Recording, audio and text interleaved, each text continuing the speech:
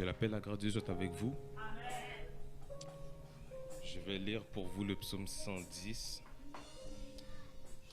Parole de l'Éternel à mon Seigneur. Assieds-toi à ma droite, jusqu'à ce que je fasse de tes ennemis mon marchepied. L'Éternel étendra de Sion le sceptre de ta puissance. Domine au milieu de tes ennemis. Ton peuple est plein d'ardeur quand tu rassembles ton armée, avec des ornements sacrés du sein de l'aurore. Ta jeunesse vient à toi comme une rosée. L'Éternel l'a juré et il ne s'en repentira point. Tu es sacrificateur pour toujours, à la manière de Melchisédek. Le Seigneur, à ta droite, brise des rois au jour de sa colère. Il exerce la justice parmi les nations. Tout est plein de cadavres. Il brise des têtes sur toute l'étendue du pays. Il boit au torrent pendant la marche. C'est pourquoi il relève la tête. Amen.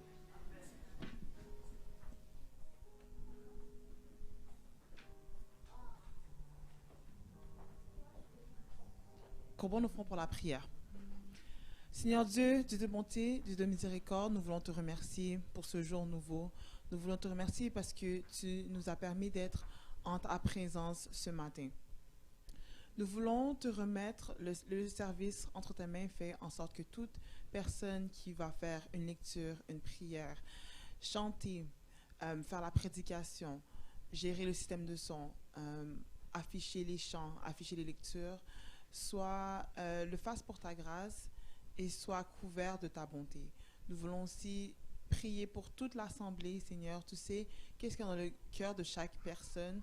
Tu sais qu'est-ce que chaque personne a vécu durant la semaine. Nous te demandons que peu importe ce qui s'est passé durant la semaine, d'amener la paix à chaque membre de l'Église, d'amener la paix à chaque personne ici présente, Seigneur. Et nous voulons faire en sorte que ce service soit dédié à ton nom, soit pour exalter ton nom, pour bénir ton nom. Et nous te prions, non parce que nous sommes bons et dignes, mais au nom de ton Fils Jésus-Christ qui vit et qui règne au siècle des siècles. Amen. Et maintenant, j'inviterai le groupe de louanges à passer en avant pour un moment d'adoration.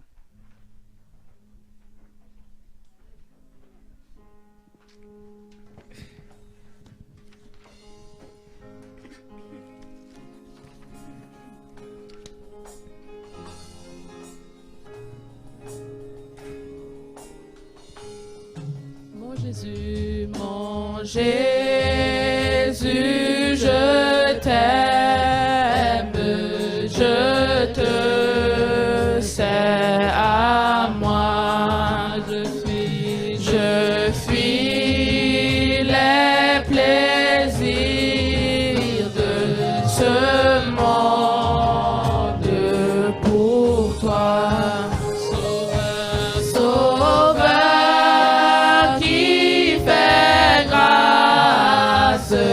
À tout cœur repentant,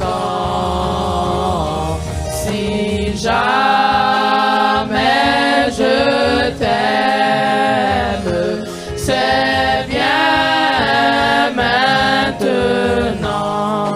Je t'aime, car toi, le premier, tu je t'aime pour la croix où tu te donnas et pour les épines sur ton front sanglant. Si jamais je t'aime, c'est bien maintenant.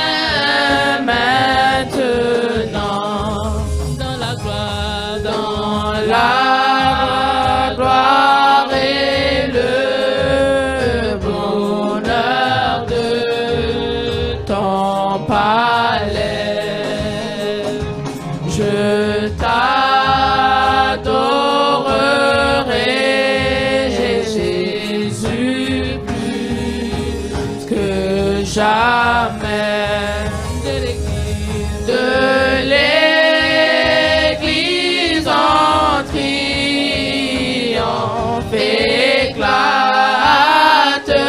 ce chant. Si jamais je t'aime, c'est bien maintenant. Dans la gloire, dans la gloire et le honneur de ton palais, je t'adorerai, Jésus, plus que jamais. De l'église en criant, éclate ce chant. Si jamais je t'aime, c'est bien maintenant. Car il est glorieux et digne de régner, l'agneau est souverain. Nous élevons la voix pour l'adorer, l'agneau est souverain. Gloire, gloire, gloire, gloire, gloire à l'agneau. Gloire, gloire, gloire à l'agneau. Car il est glorieux et digne de régner, l'agneau est souverain. Nous élevons la voix pour l'adorer, l'agneau est souverain. Car il est glorieux et digne de régner, l'agneau est souverain.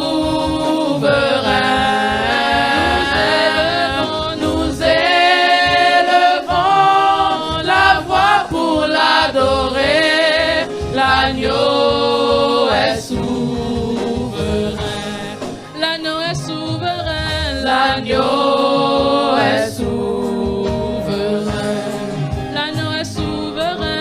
L'agneau est souverain. L'agneau est souverain. L'agneau est souverain.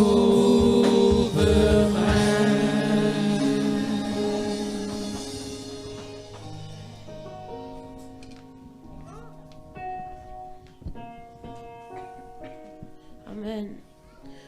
Courbons nos têtes pour la prière d'adoration. Seigneur, grand Papa, nous te remercions encore pour un autre dimanche là où nous avons l'opportunité de nous lever, d'être ici pour t'adorer. Seigneur, c'est grâce à toi que nous sommes encore vivants aujourd'hui, que nous respirons, que nous sommes avec nos membres de notre famille en santé. Nous te remercions pour l'opportunité de donner aux jeunes de l'Église de s'épanouir et de t'adorer, de diriger, de chanter ta gloire, de jouer, de prier. Seigneur, c'est grâce à toi que ces jeunes ont l'opportunité d'apprendre plus sur toi et ta grandeur. Seigneur, nous t'adorons, nous te glorifions, nous te remercions pour tout ce que tu continues de faire pour nous à chaque jour. Je te demanderai de continuer d'être là pour les familles, de continuer de les aider, de continuer de les guérir, de continuer de les donner de l'amour, de les protéger, car c'est seulement toi qui peux faire tout ça pour nous. Nous te remercions, grand Papa, Roi des rois, qui règne au siècle des siècles. Amen.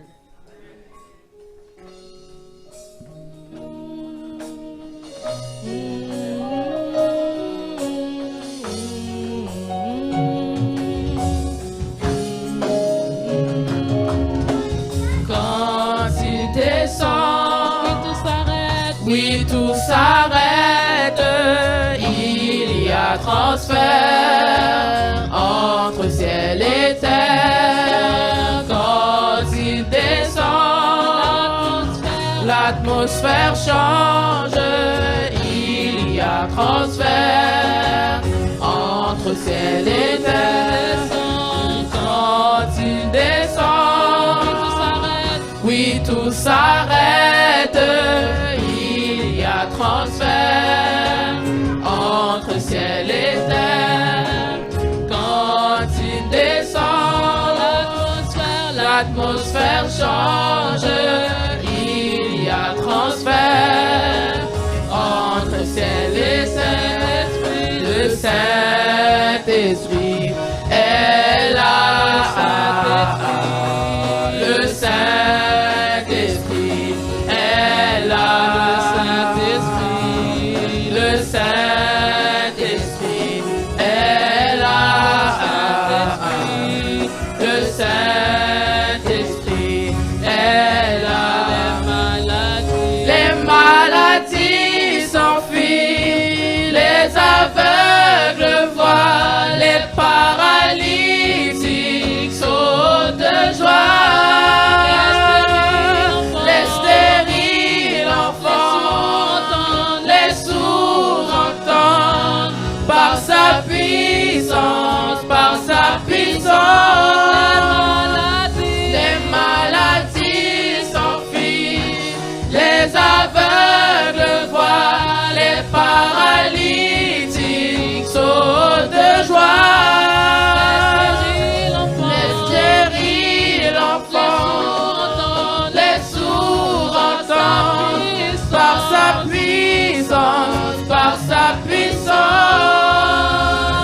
Alléluia, Alléluia, Alléluia, hey, Alléluia, Alléluia, hey, Alléluia, Alléluia, hey,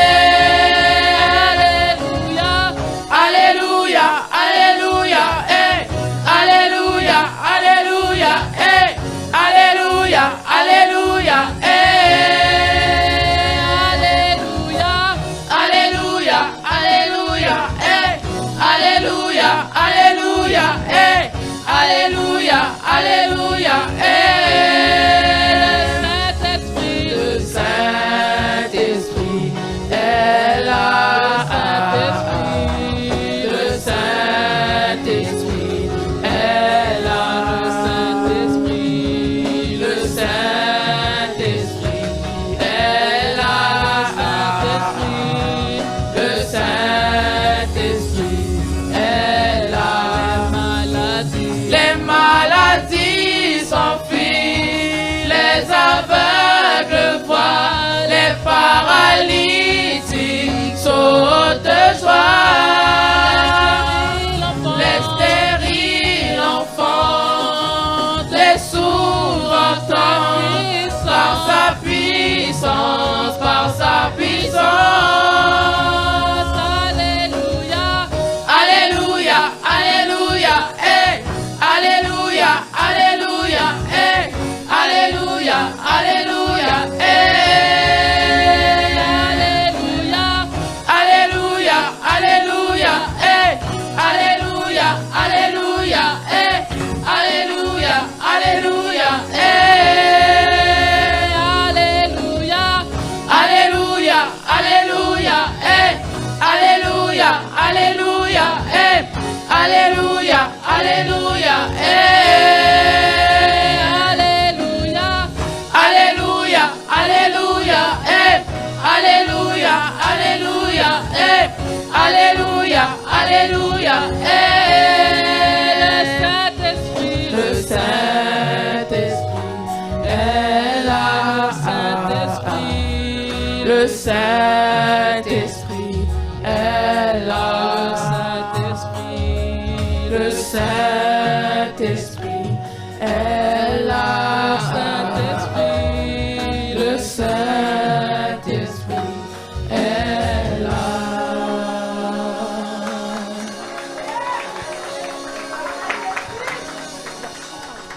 Je vous prie d'ouvrir ouvrir vos Bibles dans le psaume 116, nous allons lire alternativement.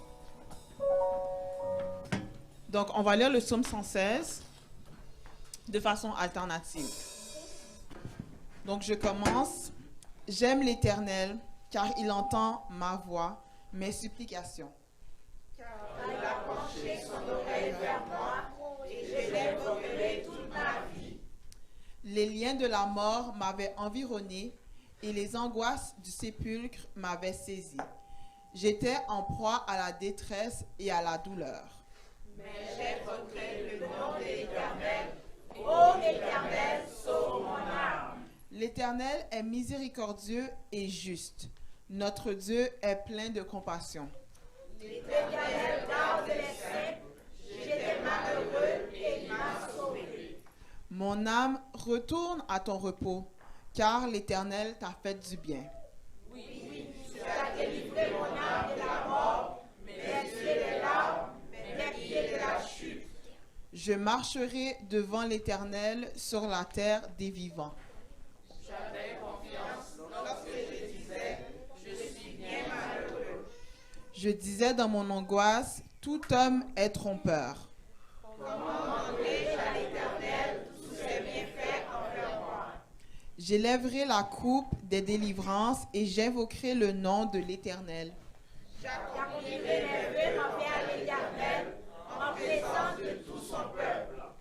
Elle a du prix aux yeux de l'Éternel, la mort de ceux qui l'aiment. Écoute-moi, ô Éternel, car je suis ton serviteur, fils de ta servante. Tu as détaché mes mains. Je t'offrirai un sacrifice d'action de grâce et j'invoquerai le nom de l'Éternel. J'accomplirai mes vœux envers l'Éternel en présence de tout son peuple. Ensemble, dans les parvis de la maison de l'Éternel, au milieu de toi, Jérusalem, louez l'Éternel. Amen. Vous pouvez vous asseoir.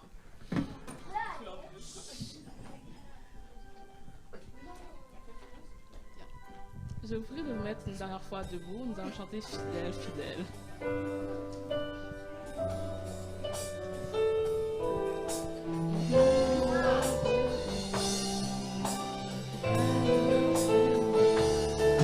Fidèle, fidèle, fidèle, fidèle, fidèle, fidèle est notre Dieu.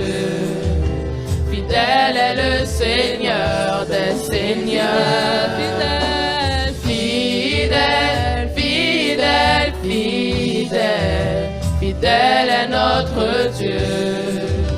Fidèle est le Seigneur des Seigneurs. Tu es le roi des rois, le Seigneur des Seigneurs.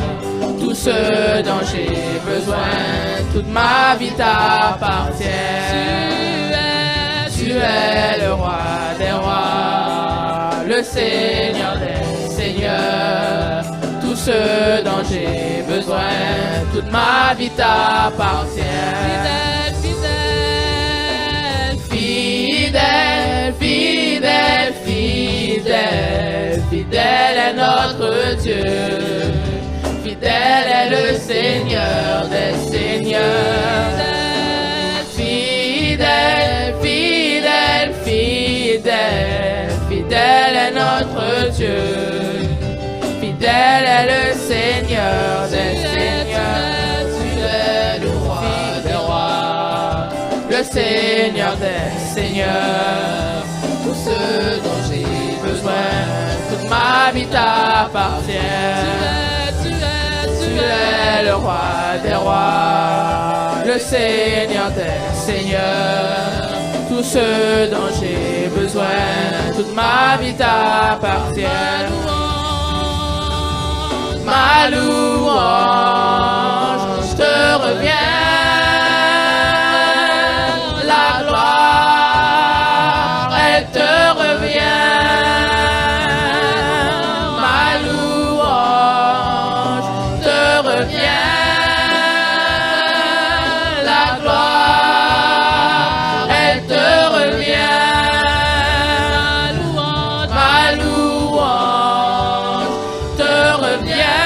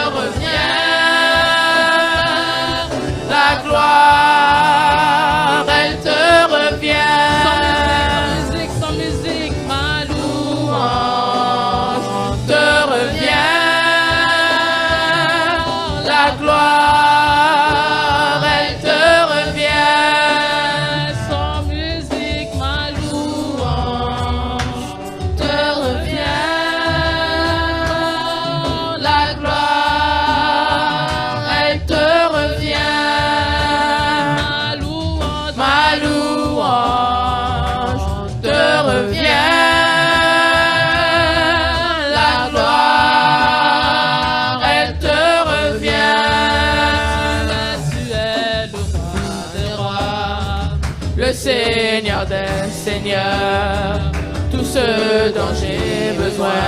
Toute ma vie t'appartient. Tu es le roi des rois, le Seigneur des seigneurs. Tout ce dont j'ai besoin, toute ma vie t'appartient. Tout ce dont j'ai besoin, toute ma vie t'appartient. Tout ce dont j'ai besoin, toute ma vie t'appartient.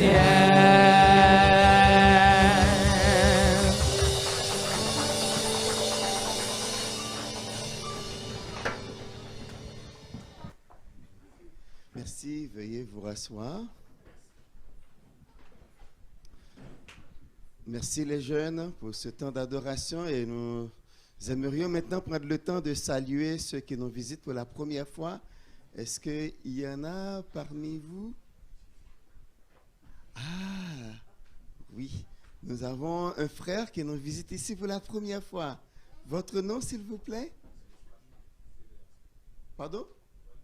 Joanie Sévère. Donc, est-ce que nous pouvons savoir comment vous avez pu entendre parler de l'église Béret? Amen. Merci beaucoup, Sœur Jetta. Sachez que nous sommes très contents que vous ayez accepté l'invitation de Sœur Jetta et de venir adorer le Seigneur avec nous ce matin. On va vous remettre une petite carte. S'il vous plaît, veuillez la remplir et nous laisser ainsi le souvenir de votre visite.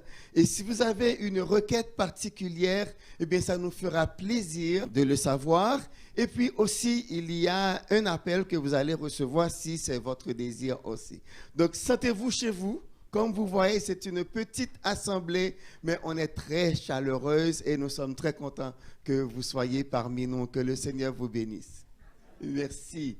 Donc, il n'y a pas d'autres visiteurs. Je ne vais pas rester longtemps. Je vais laisser à la sœur Déborah de faire la suite des annonces et on reviendra plus tard. Que la paix de Dieu soit avec vous tous. Alors, comme vous l'avez pu remarquer, c'est le service des jeunes. Et je vais vous dire, j'espère que vous allez bien apprécier notre service. Alors, pour les annonces de cette semaine, comme d'habitude, les mardis, c'est backup pour l'évangélisation. C'est le soir à 7h sur Zoom. Mercredi, c'est l'étude biblique, encore sur Zoom, avec le pasteur qui est revenu d'Alberta et Sœur Micheline. Alors, ça va être le retour du pasteur pour l'étude biblique. Et le vendredi, c'est la jeunesse à 6h30.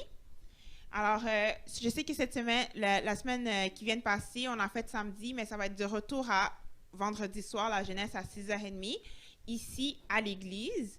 Et ça va être suivi sur Zoom à 21h du temps de prière.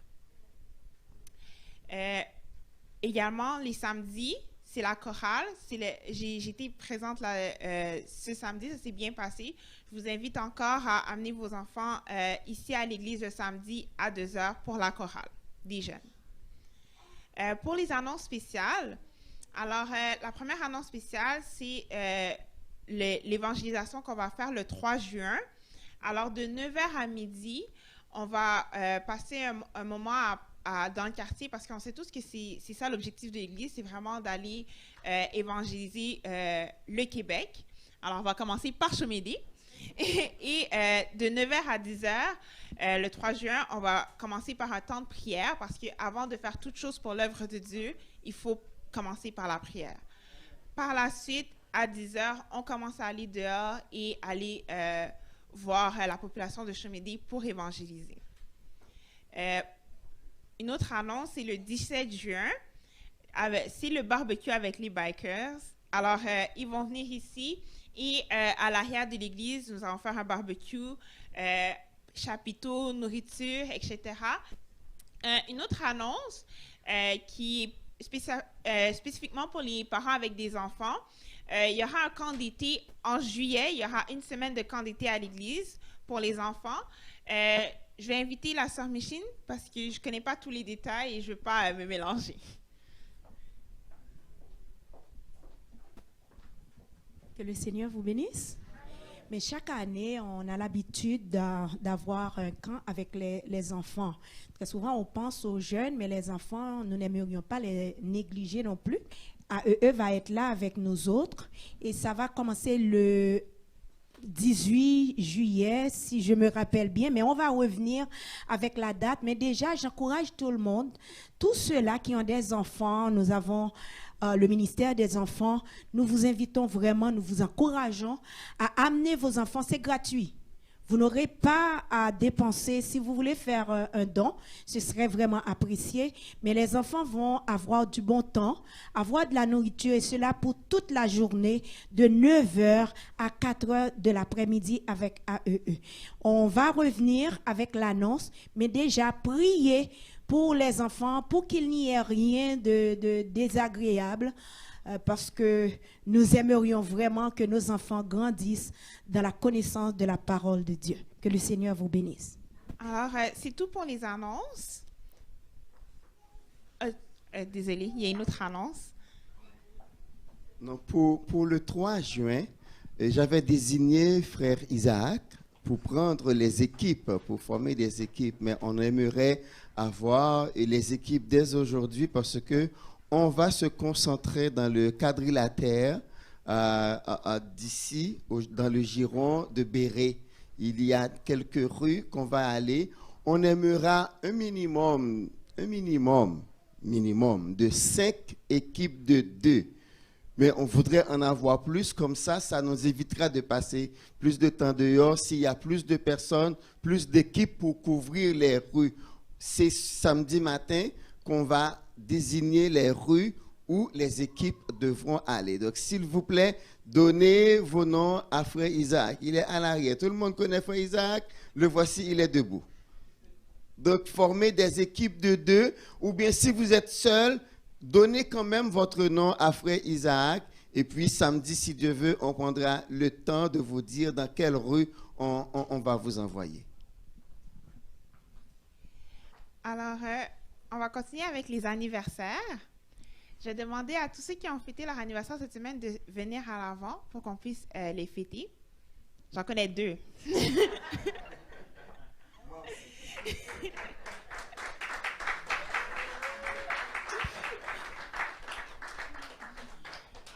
Est-ce qu'il y a d'autres personnes qui ont fêté leur anniversaire cette semaine?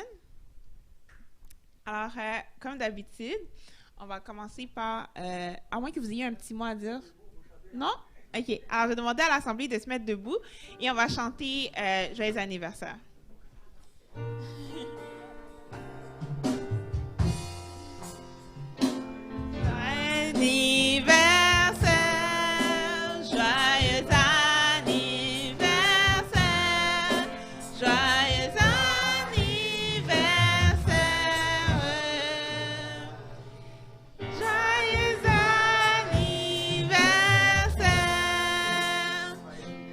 Soyez fidèles à Jésus, soyez fidèles à Jésus, soyez fidèles, soyez fidèles, soyez fidèles à Jésus. Alors, comme ils viennent de la même famille, j'ai demandé à leurs parents de venir à l'avant pour les embrasser et faire la prière aussi. Faire la prière. Vous voulez pas prier pour vos enfants? Alors, j'appelle frère Mario et sœur Roseland pour leurs enfants.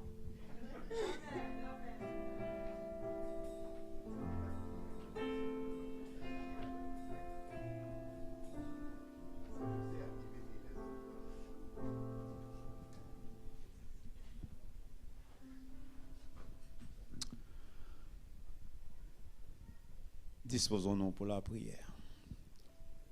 Éternel Dieu de bonté et de miséricorde, nous voulons te remercier ce matin pour ce temps que tu nous accordes, ce temps de pouvoir te louer avec cette génération, les jeunes, qui se sont mis ensemble pour que ton nom soit exalté, psalmodié et glorifié. Te demandons de les garder en ton nom, de les entourer, que ton esprit les guide et les dirige.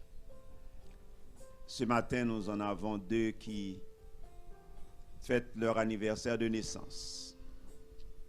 Tu les connais, comme tu as dit dans ta parole. Tu as connu Jérémie avant qu'il soit né.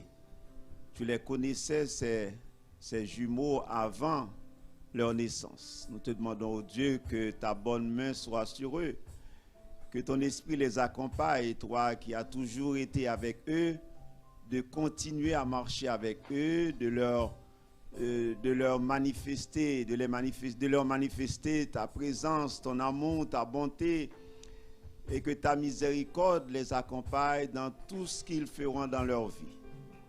Que ta bénédiction sera sur chacun d'eux, et que, oh Dieu, ils grandissent dans la foi et qu'ils fassent leur propre expérience avec toi. Bénis-les en abondance, et que ton esprit les aide à marcher d'une manière digne de la vocation qui leur a été adressée.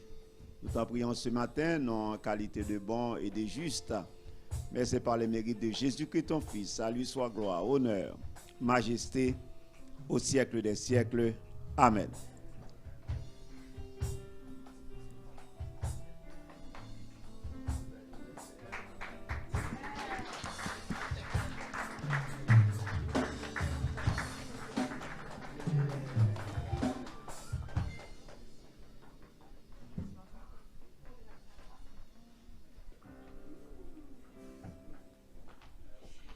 Juste pour ceux qui ne le savaient pas, ils sont des jumeaux. Alors, c'est pour ça que les deux ils sont en même temps. Vous pouvez vous rasseoir. Alors, je vais demander à Alexandra et Shekina, je veux dire, de venir pour faire les offrandes. Je vais prier pour les offrandes. Par la suite, pendant les offrandes, je vais demander à Sœur Jarta Fleury de venir pour son numéro spécial. Alors, vous pouvez venir prendre les panneaux. Courbons nos fronts pour la prière. Seigneur Dieu, toi qui es tout-puissant, nous voulons te remettre le moment de l'offrande entre tes mains, Seigneur. Nous voulons te demander de toucher tous ceux qui vont pouvoir contribuer, Seigneur, à l'avancement de l'Église avec leurs dons. Je demanderai de toucher leur cœur, les bénir, parce que tu sais ce qu'il y a dans leur cœur et ce qu'ils peuvent donner pour ta gloire. Je demanderai également de toucher ceux qui ne peuvent pas, malheureusement, cette semaine pour différentes raisons, et de les garder entre tes mains, et de les protéger, de les aider, Seigneur, pour qu'ils puissent pouvoir contribuer à l'avenir pour ton œuvre. Je prie, Seigneur, de bénir l'argent qui va être déposé dans le panier et avec l'email, et je te demande de le fructifier. Je te dis non, je te prie non parce que je suis dit, mais au nom de ton Fils Jésus-Christ. Amen.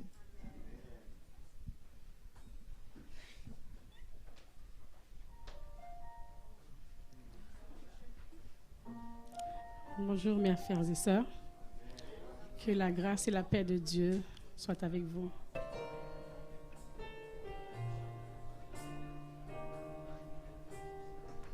Je crois en mon Dieu, celui qui m'a créé, la nature le glorifie, comme les accords d'une symphonie.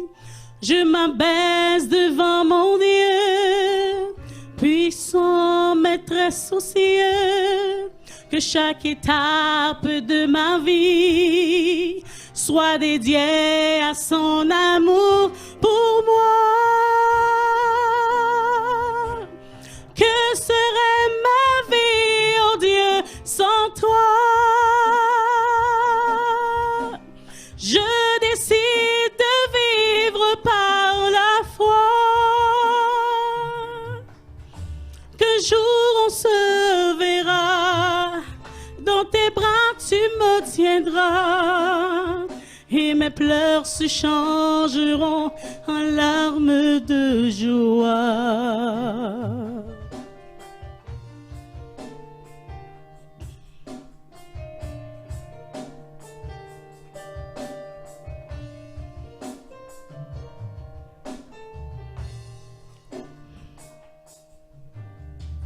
Je crois en Jésus, dans son corps qui fut brisé, chaque goutte de sang versé, sang qui lave mes péchés. J'aimerais voir ce Jésus dans son corps glorifié, mais toujours les mains percées, me rappelant sa bonté pour moi. Que serait ma vie, Jésus, sans toi? Je décide de vivre par la foi. Qu'un jour on se verra, dans tes bras tu me tiendras, et mes pleurs se changeront en larmes de joie.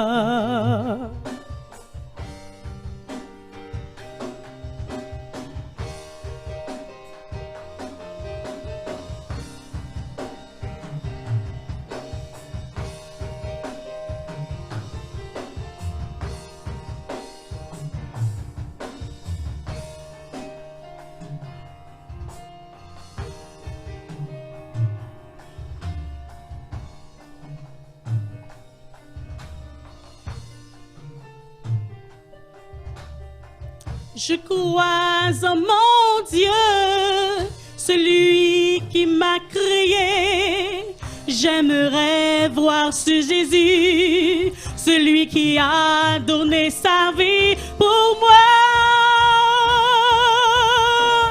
Que serait ma vie, Jésus, sans toi? Je décide de vivre par la foi.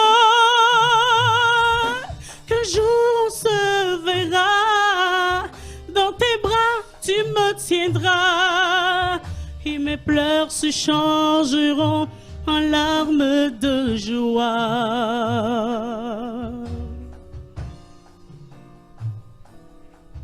Et mes pleurs se changeront en larmes de joie.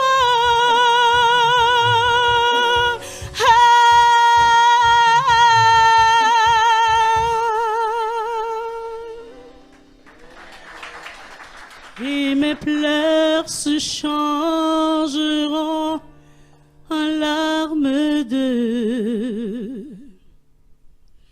joie.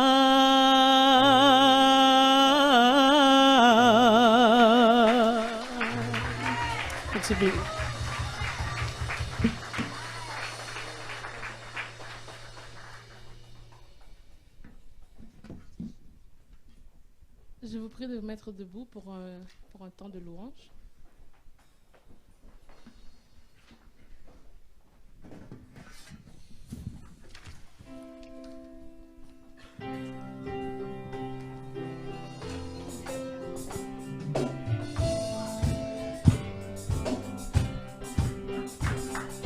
Veux-tu briser le péché, le pouvoir?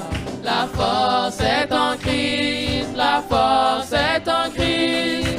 Si dans ton cœur tu veux le recevoir, la force est dans le sang de Christ. Je suis fort, fort, oui, plus que vainqueur par le sang de Jésus.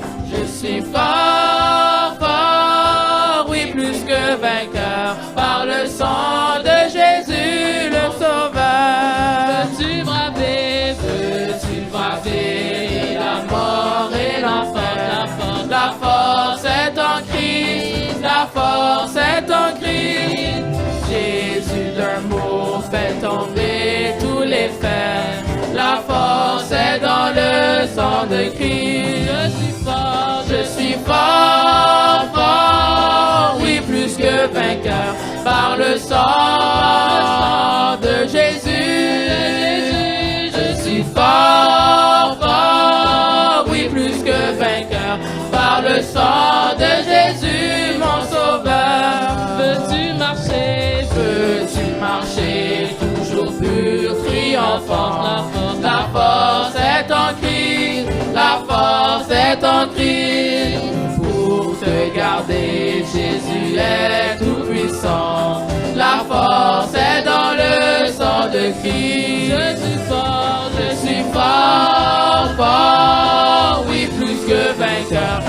par le sang de Jésus. Je suis fort, fort, oui, plus que vainqueur, par le sang de Jésus, mon sauveur. Veux-tu du ciel t'approcher chaque jour? La force est en Christ, la force est en Christ. Avec Jésus, demeurer pour toujours. La force est dans le sang de Christ. Je suis fort, fort, oui, plus que vainqueur, par le sang de Jésus. Je suis fort, fort, oui, plus que vainqueur, par le sang de Jésus, mon sauveur. Je suis fort, fort, oui, plus que vainqueur, par le sang de Jésus. Je suis fort, fort, oui, plus que vainqueur, par le sang de Jésus, mon sauveur. Merveilleux, merveilleux, merveilleux, sauveur, non, merveilleux. Langage-moi pas suffit pour m'exprimer. Sans Jésus, ça me taillait, cougné à moi sauvé. Jésus, où mérité, Pumba ou gloire. Jésus, où mérité, Pumba ou gloire. Pumba ou gloire. Pumba ou gloire. Pumba ou gloire. Pumba ou gloire. Pumba ou gloire. Samedi, Pumba ou gloire. Dimanche, Pumba ou gloire. Tous les jours, Pumba ou gloire. Pumba ou gloire. Pumba ou gloire. Pumba ou gloire. Pumba ou gloire. Depuis le soleil levant jusqu'à son couchant, que le nom du Seigneur soit béni. Depuis le soleil levant jusqu'à son couchant, que le nom du Seigneur soit béni. Loué, loué, loué, loué, loué soit le Seigneur. Loué, loué, loué, loué, loué soit le Seigneur. Depuis le soleil levant jusqu'à son couchant, que le nom du Seigneur soit béni. Loué, loué, loué, loué, loué soit le Seigneur. Loué, loué, loué, loué soit le Seigneur. Depuis le soleil levant jusqu'à son couchant, que le nom du Seigneur soit béni. Que le nom du Seigneur soit béni. Que le nom du Seigneur soit béni.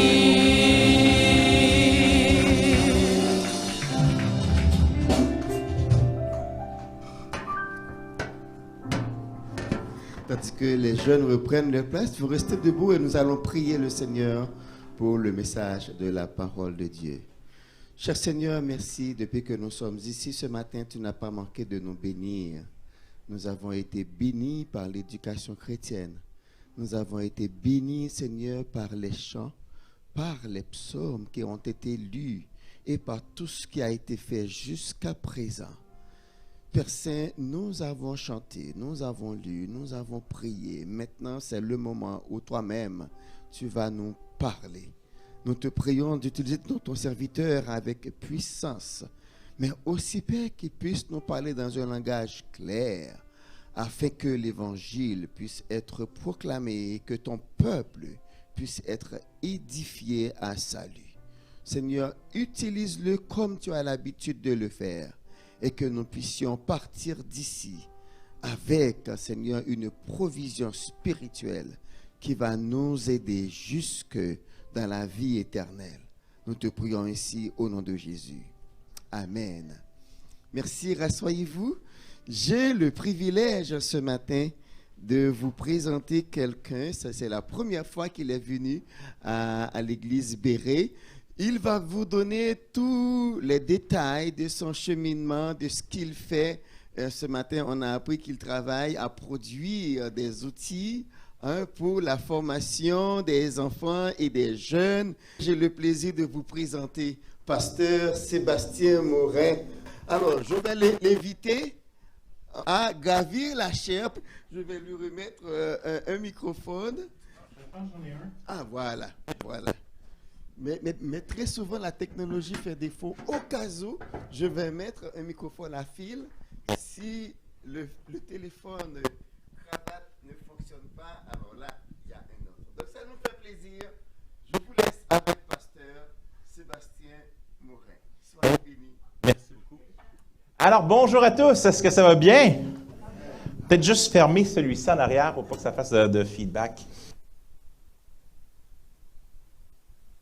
1, 2, 1, 2. Parfait. On y va? OK. Bon.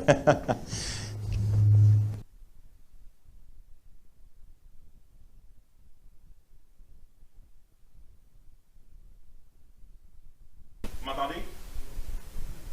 1, 2, 1, 2. Merci. Donc, je reprends. L'Université de Sherbrooke a fait une étude post-pandémie ici au Québec qui démontre qu'un jeune sur 2 Québécois francophones actuellement a des symptômes ou des symptômes d'anxiété chronique. La peur de performer, la peur de faire des oraux, la peur de sortir de chez soi. On est à peine sorti de la pandémie, que c'est la guerre en Ukraine. La Troisième Guerre mondiale est là. Le prix ont monté. Ils se disent, comment je vais faire pour acheter une maison? Quelle carrière est-ce que je dois trouver? Et là, on arrive dans les autres questions que je vais traiter et qu'on traite aussi avec les jeunes, de dire, non seulement je dois trouver qui est-ce que je vais marier, qui est-ce que je vais faire dans la vie, est-ce que je vais suivre Dieu ou pas. Mais maintenant, on leur dit, mais il faut que tu décides de ton orientation sexuelle, il faut que tu décides de ton identité de genre. Et là, tu augmentes toutes les choses, puis on te dit, mais tu dois être absolument unique. Mais c'est difficile d'être unique, puis que tout le monde soit unique. Puis il y a quelque chose qui ne marche pas. Parce qu'on dit, tu dois être unique, mais notre désir le plus grand en tant qu'être humain, c'est quoi? C'est d'être aimé par nos amis. Fait qu'on fait et on crée des îlots seuls, puis qui sont de plus en plus tristes, qui se sentent seuls, puis on leur dit, mais il faut aussi que tu te définisses par rapport à tes parents. Une nouvelle étude qui vient tout juste de sortir, qui a été faite chez les parents évangéliques canadiens, donc vous essentiellement, un peu partout, coast to coast. Et il y a 2 choses qui sont sorties, ça me trouble profondément. Là, on parle de parents là, convaincus, chrétiens. 2 choses importantes pour eux. 1, que mon enfant réussisse mieux que moi dans la vie. Financièrement. La deuxième qui me trouble, c'est qu'ils ont l'impression, ils désirent que leurs enfants choisissent librement la religion de leur choix. Ils ont l'impression que si ils enseignent leurs enfants dans les voies du Seigneur, c'est une imposition. Tu imposes quelque chose sur ton enfant, fait qu'est-ce qu'on fait? Bzip, on se tait. Puis on a peur. Puis on a peur de parler. Puis on n'adresse pas les grandes questions que la société a, parce que nous, on ne parle pas de ces choses-là des fois en tant que chrétiens. 10 ans, j'en ai assez de faker d'être heureuse. Vous savez, on veut présenter l'Évangile, puis on va leur dire, écoute, Jésus est mort pour tes péchés sur la croix, afin que tu aies la vie éternelle. Les jeunes aujourd'hui vont te regarder, il faut dire, c'est qui Jésus? C'est quoi le péché? Moi, je me sens pas mal de rien. La croix, c'est que c'est ça. Mourir pour quelque chose. Vie éternelle, ciel, éternité. Ils comprennent à peu près rien, ils n'ont aucun des repères que la génération précédente avait. Dis-moi, je ne suis pas intéressé à avoir une assurance sur un char qui ne fonctionne pas. Moi, c'est ma vie. La génération précédente avait peur de mourir. La génération présente a peur de vivre. Puis il y a le besoin d'un évangile qui est transformateur, puis d'un évangile qui a une réponse à l'anxiété. J'aurai probablement la chance, quand je reviens, de parler peut-être davantage sur cette anxiété puis comment d'aider nos jeunes. Mais aujourd'hui, j'aimerais ça qu'on se tourne vers, à mon avis, ce qui est un des textes les plus importants du Nouveau Testament pour la question, c'est quoi la vie chrétienne? C'est quoi l'évangile qui est offert réellement là, à toi, à tes enfants? La promesse est pour toi et pour tes enfants, d'aussi loin qu'ils peuvent venir. C'est le passage du Notre Père. On a un peu toujours le Notre Père comme faisant partie de la vie chrétienne. Où, tu m'intrigues, parce que souvent quand on arrive et on parle du Notre Père, on est toujours un peu inconfortable. Un, parce que souvent les catholiques le répétaient. Notre Père, qui es aux cieux, que ton nom se sanctifie, que ton règne vienne, que ta volonté soit faite. Puis encore, puis encore, puis encore, puis encore, puis encore. Mais le passage, il commence en disant, mais ne rabâchez pas des paroles comme le font les païens. Donc, le but du Notre Père, ce n'est pas de le répéter sans cesse. Mais de l'autre côté, en Luc, dans le passage où Jésus nous enseigne le Notre Père, il dit, quand vous priez, récitez. On n'est pas habitué à cet angle-là de dire, non, le Notre Père est aussi là, comme un exemple de prière que le Seigneur a utilisé quand il dit, mais apprends-nous comment prier. Mais vous savez, la prière, on est aussi un peu inconfortable parce qu'on n'est pas trop sûr comment ça marche. Peut-être que c'est votre cas, j'avais un homme dans une église, une de mes anciennes églises, qui cherchait un emploi. Ça vous arrive parfois de chercher un nouvel emploi. Il était dans la cinquantaine, il était venu du Canada, il était venu de France au Canada dans l'espoir de fonder sa compagnie. Ça n'a pas marché. Fait qu'il commence à chercher, puis il prie, Seigneur, pourquoi tu m'as envoyé ici?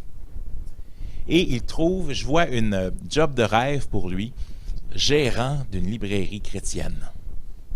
Fait que j'y envoie l'offre d'emploi. Il est super enthousiaste. Et là, il dit quoi à l'église? Priez pour moi. Sauf que quand il a eu son entrevue, il y avait 2-3 autres candidats qui étaient aussi chrétiens, puis qui avaient aussi dit à leur église, priez pour moi. Mais là, Seigneur, il répond à qui dans ce temps-là? C'est comme dans les équipes de football, tu sais, puis ils se mettent à genoux, puis là, ils prient, pointent vers le ciel. Seigneur donne la victoire à ceux qui ont le plus de gens qui prient. Que peut faire la prière? On l'a vu dans le temps d'école du dimanche. Est-ce que le diable pouvait l'empêcher d'avoir son emploi? Ou quand j'étais jeune, j'avais 16 ans, puis notre leader de jeunes, justement, on avait des craintes sur la grossesse, puis on priait.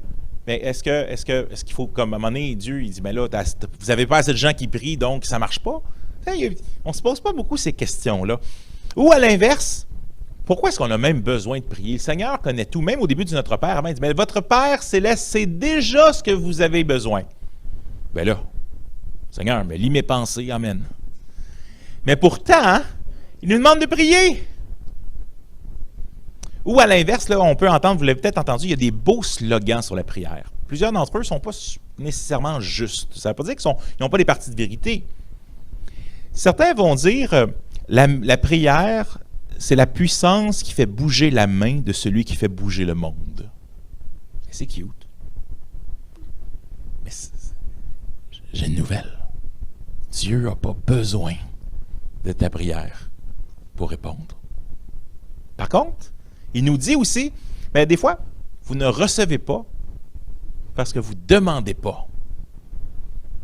Fait que des fois, Dieu a déterminé qu'il y a des choses qu'il va juste te donner si tu demandes. Mais c'est pas toi qui es en train de manipuler Dieu, là. Comme si c'est ce que j'appelle la théologie de la machine à coke. Tu sais, si tu mets des prières, lequel que tu veux, bon, un nouveau char, un nouvel emploi, tu baisses dessus, puis quand Dieu ne te le donne pas, tu tapes dessus. Maintenant, on a cette relation avec Dieu. Ben, non, la prière n'est pas un levier de manipulation que tu peux mettre sur Dieu. Est-ce que c'est des armes dans un combat spirituel? Ça nous dit que ce n'est pas contre la chair et le sang qu'on combat. Mais encore une fois, il nous dit de prier pour les autres, pour les saints, prier pour les chrétiens autour de nous. Seigneur, des fois, il nous fait voir, là, comme dans Daniel, quand les anges se battent, Daniel est en train de jeûner, Dieu envoie un ange pour répondre, puis il se bat pendant 21 jours avec des lightsabers dans le ciel. Puis il dit, mais quand tu as prié, je suis venu, mais pendant 21 jours, j'ai été retenu. Puis là, l'archange Michel est venu pour nanana. Bien, le Seigneur, là, des fois, il nous met, on voit au travers un petit trou de porte. Puis il ne dit rien d'autre. Pourquoi? Les choses cachées sont réservées à l'Éternel. Toi, tu es concerné par ce qui est révélé. Fait qu'il y a des choses dans la prière là, que vous et moi, on ne comprendra pas. Mais ça fait de dire, mais Seigneur, ce que tu dis, mais c'est ça. Fait que c'est de faire confiance au Seigneur. Et si le Seigneur nous dit, ça vaut la peine de prier, même si je ne le comprends pas tout le temps, ça vaut la peine de prier. S'il y a un point sur lequel tout le monde s'entend, c'est que la prière est importante. Martin Luther, le grand réformateur protestant, disait ceci, dans mes journées normales, puis là, il n'y a pas Instagram, Facebook, tout ça à son époque, dans les journées normales, je prie 3 heures par jour. Mais quand je suis vraiment occupé, j'en prie 4.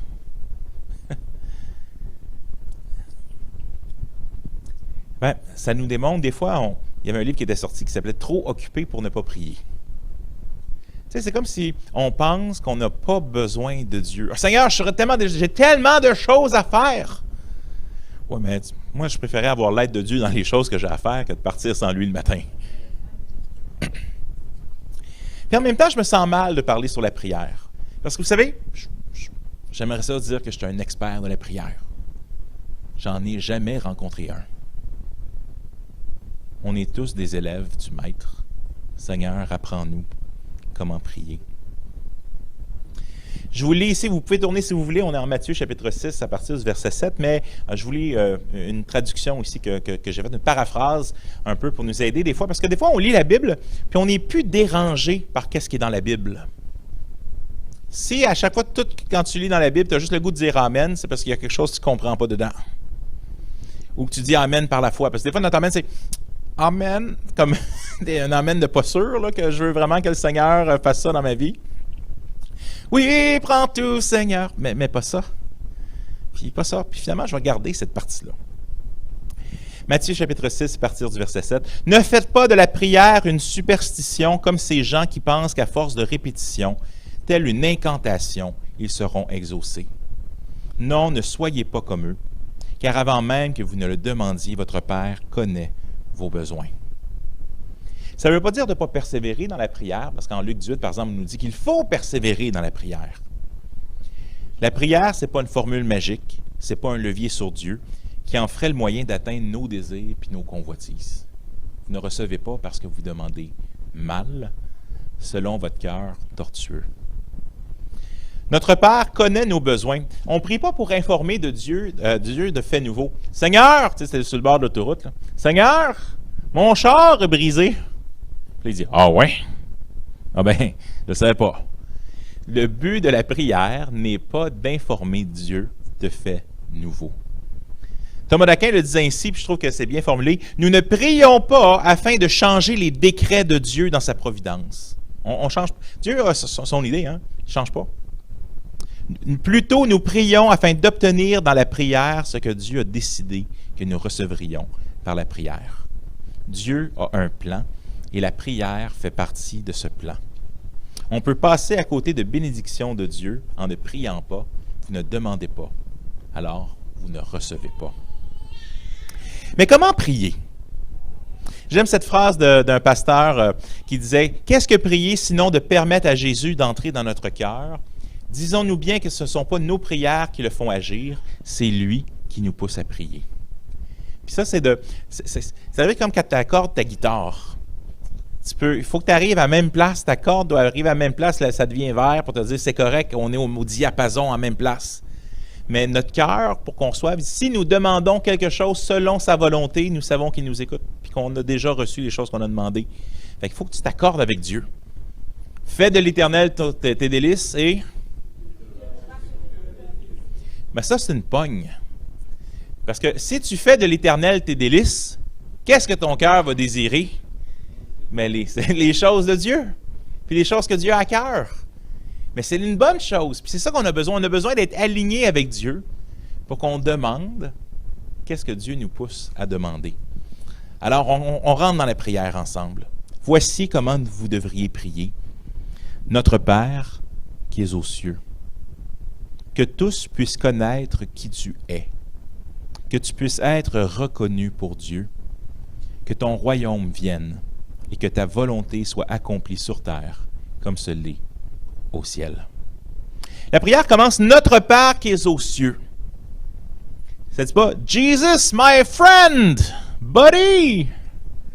Non, Ecclésiaste 5.1, « Ne te presse pas à ouvrir la bouche et ne te laisse pas entraîner par ton cœur à formuler hâtivement des promesses en présence de Dieu, car Dieu est au ciel et toi, tu es sur la terre, que tes paroles soient donc peu nombreuses. » Notre Père qui es aux cieux.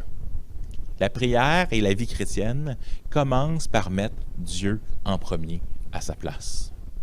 C'est comme le système solaire. Si tu mets la Terre au milieu, il y a des choses qui ne marchent pas. Tu mets le Soleil au milieu, ça marche. On a besoin de mettre Dieu au centre de notre vie. Prier Dieu, c'est avant tout de démontrer une attitude de dépendance envers lui. Mais à l'inverse, c'est vrai aussi. Pas prier, c'est dire à Dieu, dans le concret, là, j'ai pas besoin de toi. On vit souvent comme des gens qui sont non chrétiens dans notre façon de vivre ou dans notre façon de ne pas prier en pensant « moi, je suis capable ». Prier Dieu, c'est démontrer une attitude de dépendance envers lui. Que ton nom soit sanctifié pourrait être que tous puissent connaître qui tu es. Vous en avez parlé tout à l'heure, un de nos buts, c'est que tout le monde puisse entendre parler de l'amour de Jésus. C'est le but de Dieu aussi, que ton nom soit sanctifié, que ton nom soit mis à part, que tout le monde puisse te reconnaître, que ton royaume vienne et que ta volonté soit accomplie sur terre comme ce l'est au ciel. Regardez dehors, là, vous allez remarquer une chose. On parlait des différents types de volonté de Dieu tout à l'heure à l'école du dimanche, mais tu regardes dehors, là, il y a des meurtres, meurtre sur meurtre, adultère, on n'y connaît pas Dieu. Hein? Osée 4.4. Bien, la volonté de Dieu, elle n'est pas encore tout à fait établie ici. Que ton royaume vienne, nous attendons encore que Dieu revienne pour établir un monde de paix et de justice. Mais un de nos rôles en tant que chrétiens, c'est qu'on est des agents du royaume de Dieu ici-bas. Ce que j'appelle des agents du KGB. Kingdom of God Below. Donc, on est des agents du KGB qui sont mis ici pour faire une différence pour Jésus. Cette injustice et ces choses qui sont ici sur terre, cherchez d'abord le royaume de Dieu et sa justice. Nous sommes des agents pour amener sa justice ici-bas et son message. Le prier à chaque jour nous replace là où Dieu veut. Quand je prie que son nom soit connu dans la journée, Seigneur, ouvre mes yeux à des opportunités. Tu sais, vous allez le faire dans quelques semaines, vous allez sortir à l'extérieur, parler avec des gens, mais aussi en allant sur votre chemin, les gens qui sont autour de vous, votre coiffeuse, votre garagiste, votre ami, le gars à côté du cubicule, votre collègue à l'école. Seigneur, ouvre-moi les yeux pour voir les portes, pour que je puisse semer là où ça a besoin d'être semé, arroser là où ça a besoin d'être arrosé. Sur cette terre. Le monde a réellement besoin de Dieu. Et malheureusement, on se convainc de quelque chose. On se convainc que sans Dieu, nos amis autour là, peuvent être heureux. Ils n'ont pas vraiment besoin de Dieu, des fois qu'on se dit. Ils ont de l'air heureux. Ils ont de l'air satisfaits. Mais regarde la page Facebook, tu vas le voir. Combien de personnes mettent des photos sur Facebook d'un merveilleux repas, d'un merveilleux voyage pour après s'enlever la vie?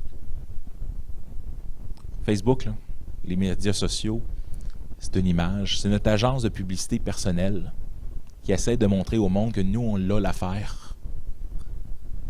Jérémie nous dit « Malheur à l'homme qui met de ses propres forces la source de son bonheur. Il ne verra jamais le bonheur. » Ça ne veut pas dire qu'on n'a pas des moments de « Oh yeah, c'est le fun !» Mais un bonheur réel. Qu'est-ce qu'il dit? Mais heureux l'homme qui met sa confiance en l'Éternel est semblable à un arbre planté à côté d'un cours d'eau. Quand vient la sécheresse, il porte encore plein de fruits. C'est ce type de bonheur-là où l'apôtre Paul peut nous dire « Je suis dans la joie », puis le gars est en prison. Pas une prison là, comme aujourd'hui, là, où tu as accès à l'Internet, au gym, au cégep, puis il y a de la bonne bouffe. Là. Une prison où les rats se promènent, puis si quelqu'un ne vient pas te porter de la bouffe de ta famille, tu ne manges pas. réjouissez-vous toujours dans le Seigneur. Le gars est en prison. Jésus nous dit, heureux serez-vous quand vous serez persécutés. Amen. C'est une autre traduction qui dit autre chose. Non, mais il y a le bonheur que nous offre Dieu et pas le bonheur. Je vous donne ma paix, je ne la donne pas comme le monde. Cette offre-là, elle est réelle, elle est là, sur cette terre, dès maintenant. Prier que sa volonté s'accomplisse nous affecte en premier. Tu sais, la prière, là, la première chose que ça fait comme impact, là, ça change ça ici. Tu sais, quand tu pries, là, « Ah, Seigneur, je te prie pour tel frère, je vois son besoin, Seigneur, de nourriture, ou je vois son besoin de logement, ou je vois son besoin de... Seigneur, je te prie pour lui. » Là, ça... Oui. Mais tu pourrais faire quelque chose, toi? Je te prie, Seigneur, d'envoyer quelqu'un d'autre. On est comme ça aussi. On a un ami qui est ouvert à l'Évangile, puis on prie, Seigneur, envoie quelqu'un sur sa route. Ben oui, t'es là. Non, Seigneur, envoie quelqu'un d'autre sur sa route. Des fois, je donne cet exercice aux ados où je leur dis, prions, puis vous savez, la prière, c'est pas juste pour parler.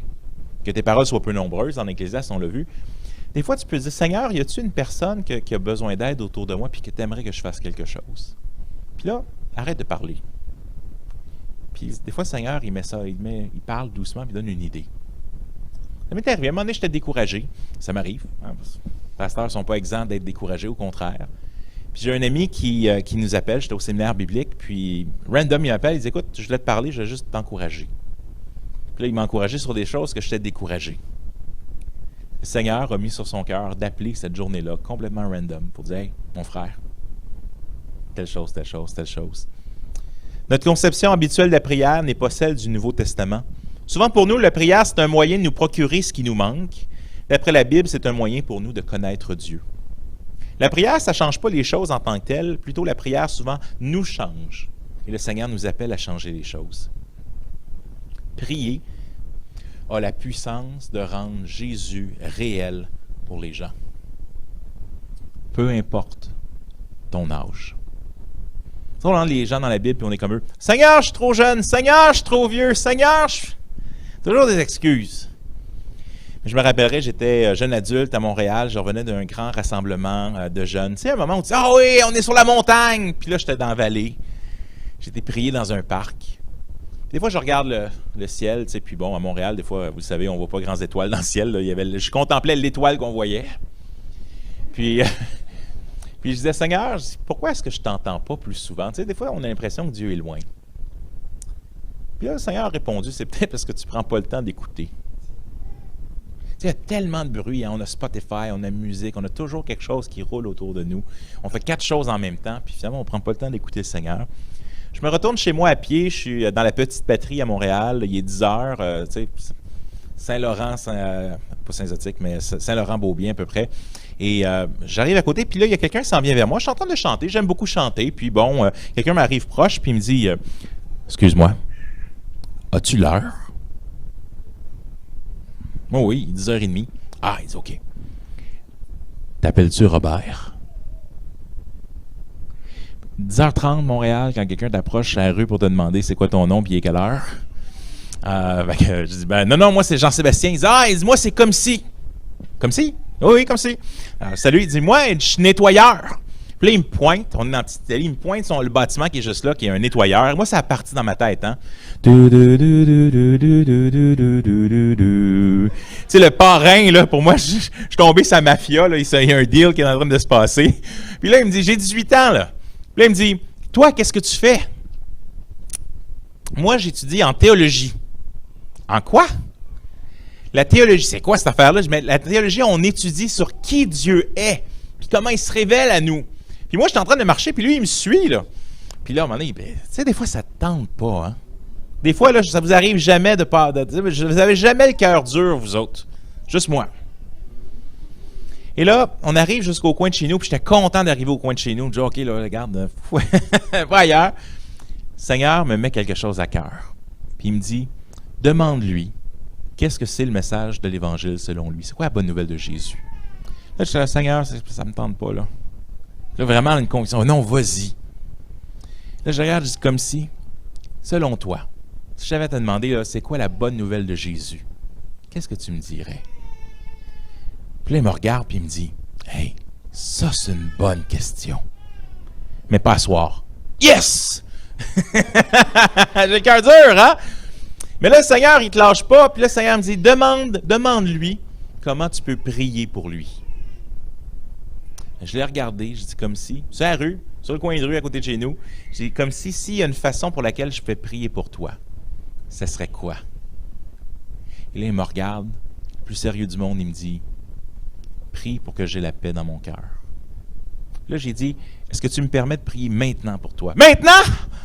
Il dit, il regardait à gauche, il regardait à droite, il n'y avait personne, il a dit oui. Et là, j'ai prié pour lui, là, j'ai prié que Jésus-Christ se fasse connaître à lui parce que c'est la seule place où il peut avoir la paix. J'ai dit Amen. Première chose, il me dit 514, nanana. Il me donne son numéro de téléphone. Puis il dit, je veux qu'on se rencontre de nouveau, puis je veux que tu me parles de ton Jésus. Et là, il me regarde après ça, il me dit, as-tu des pantalons?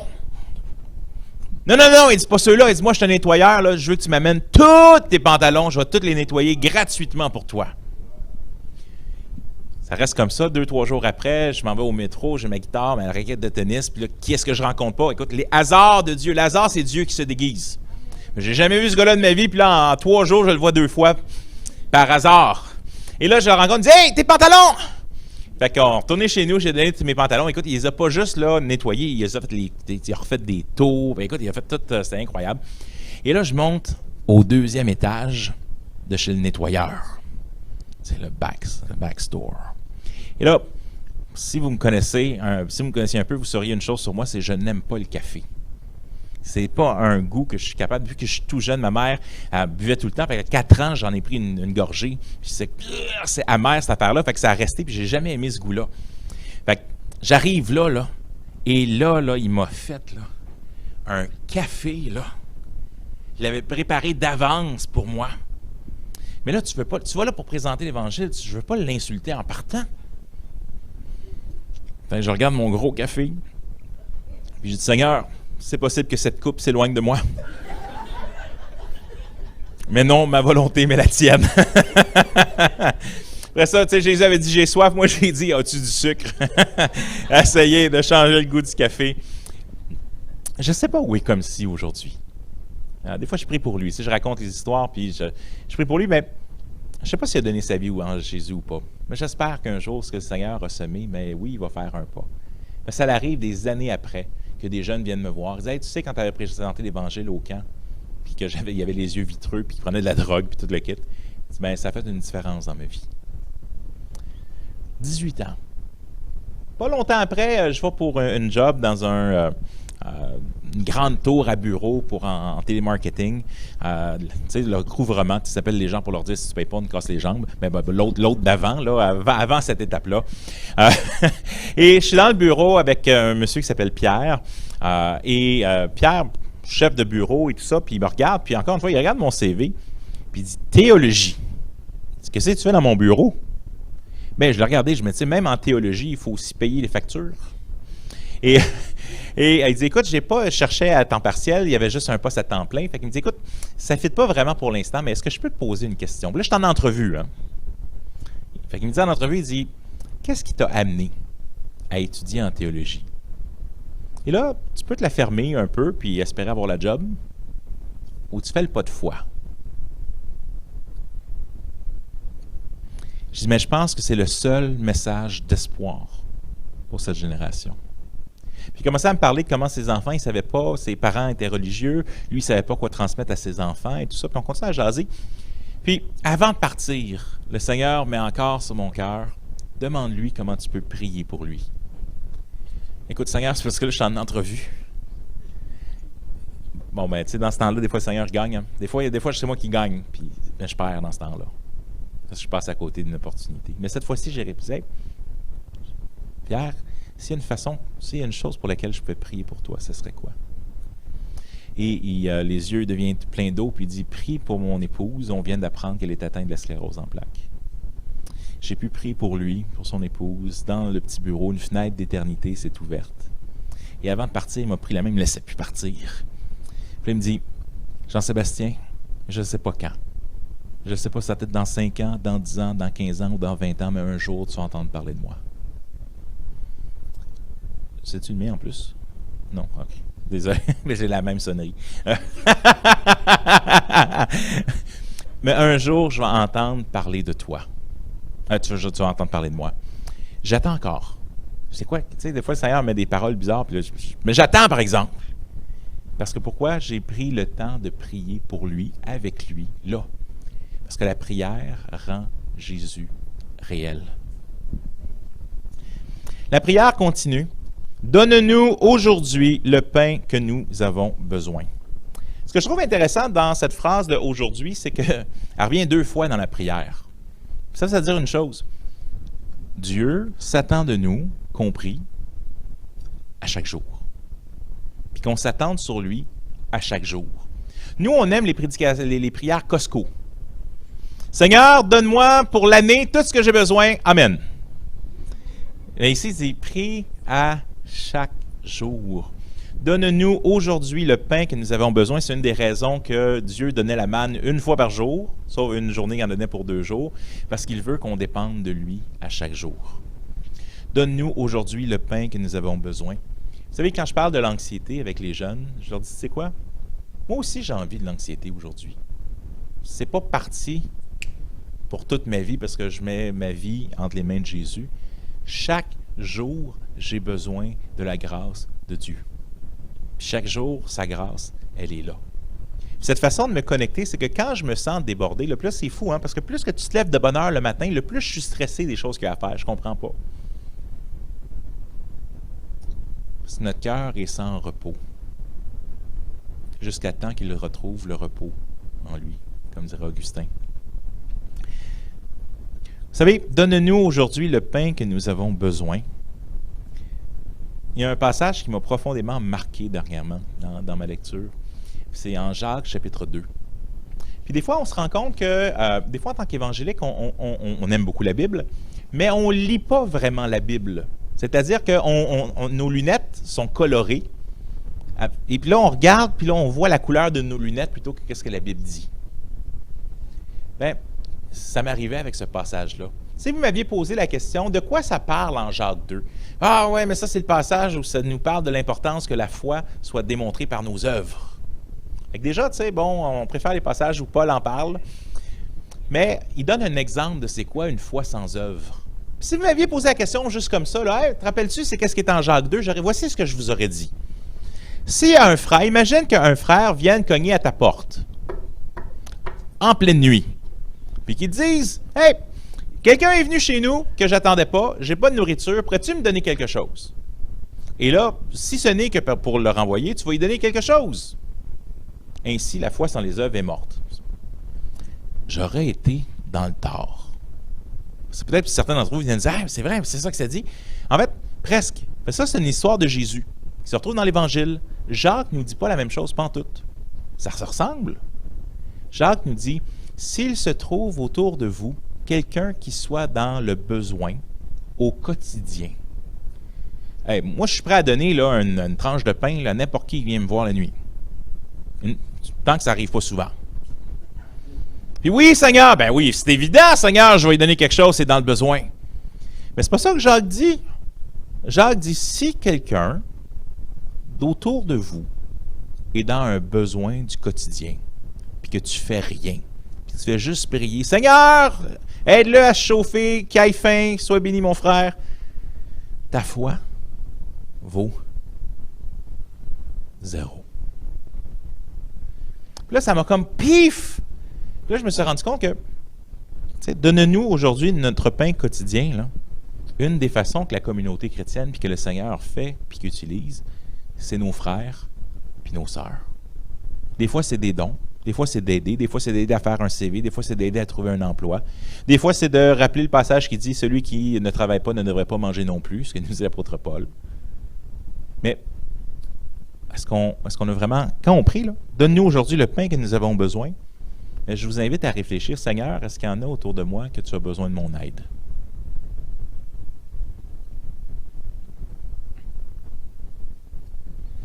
Parce que la façon que Dieu souvent utilise pour donner, c'est au travers son peuple, son corps. Nous sommes le corps de Christ. Comme le disait un ami, à un moment donné, il y avait un projet de bâtiment, puis il dit, il refaisait le toit et tout ça, puis il disait, j'ai une bonne puis une mauvaise nouvelle. La bonne nouvelle, c'est qu'on a tout trouvé l'argent qu'on avait besoin pour la réfection du toit. Amen! La mauvaise nouvelle, c'était qu'encore dans vos poches.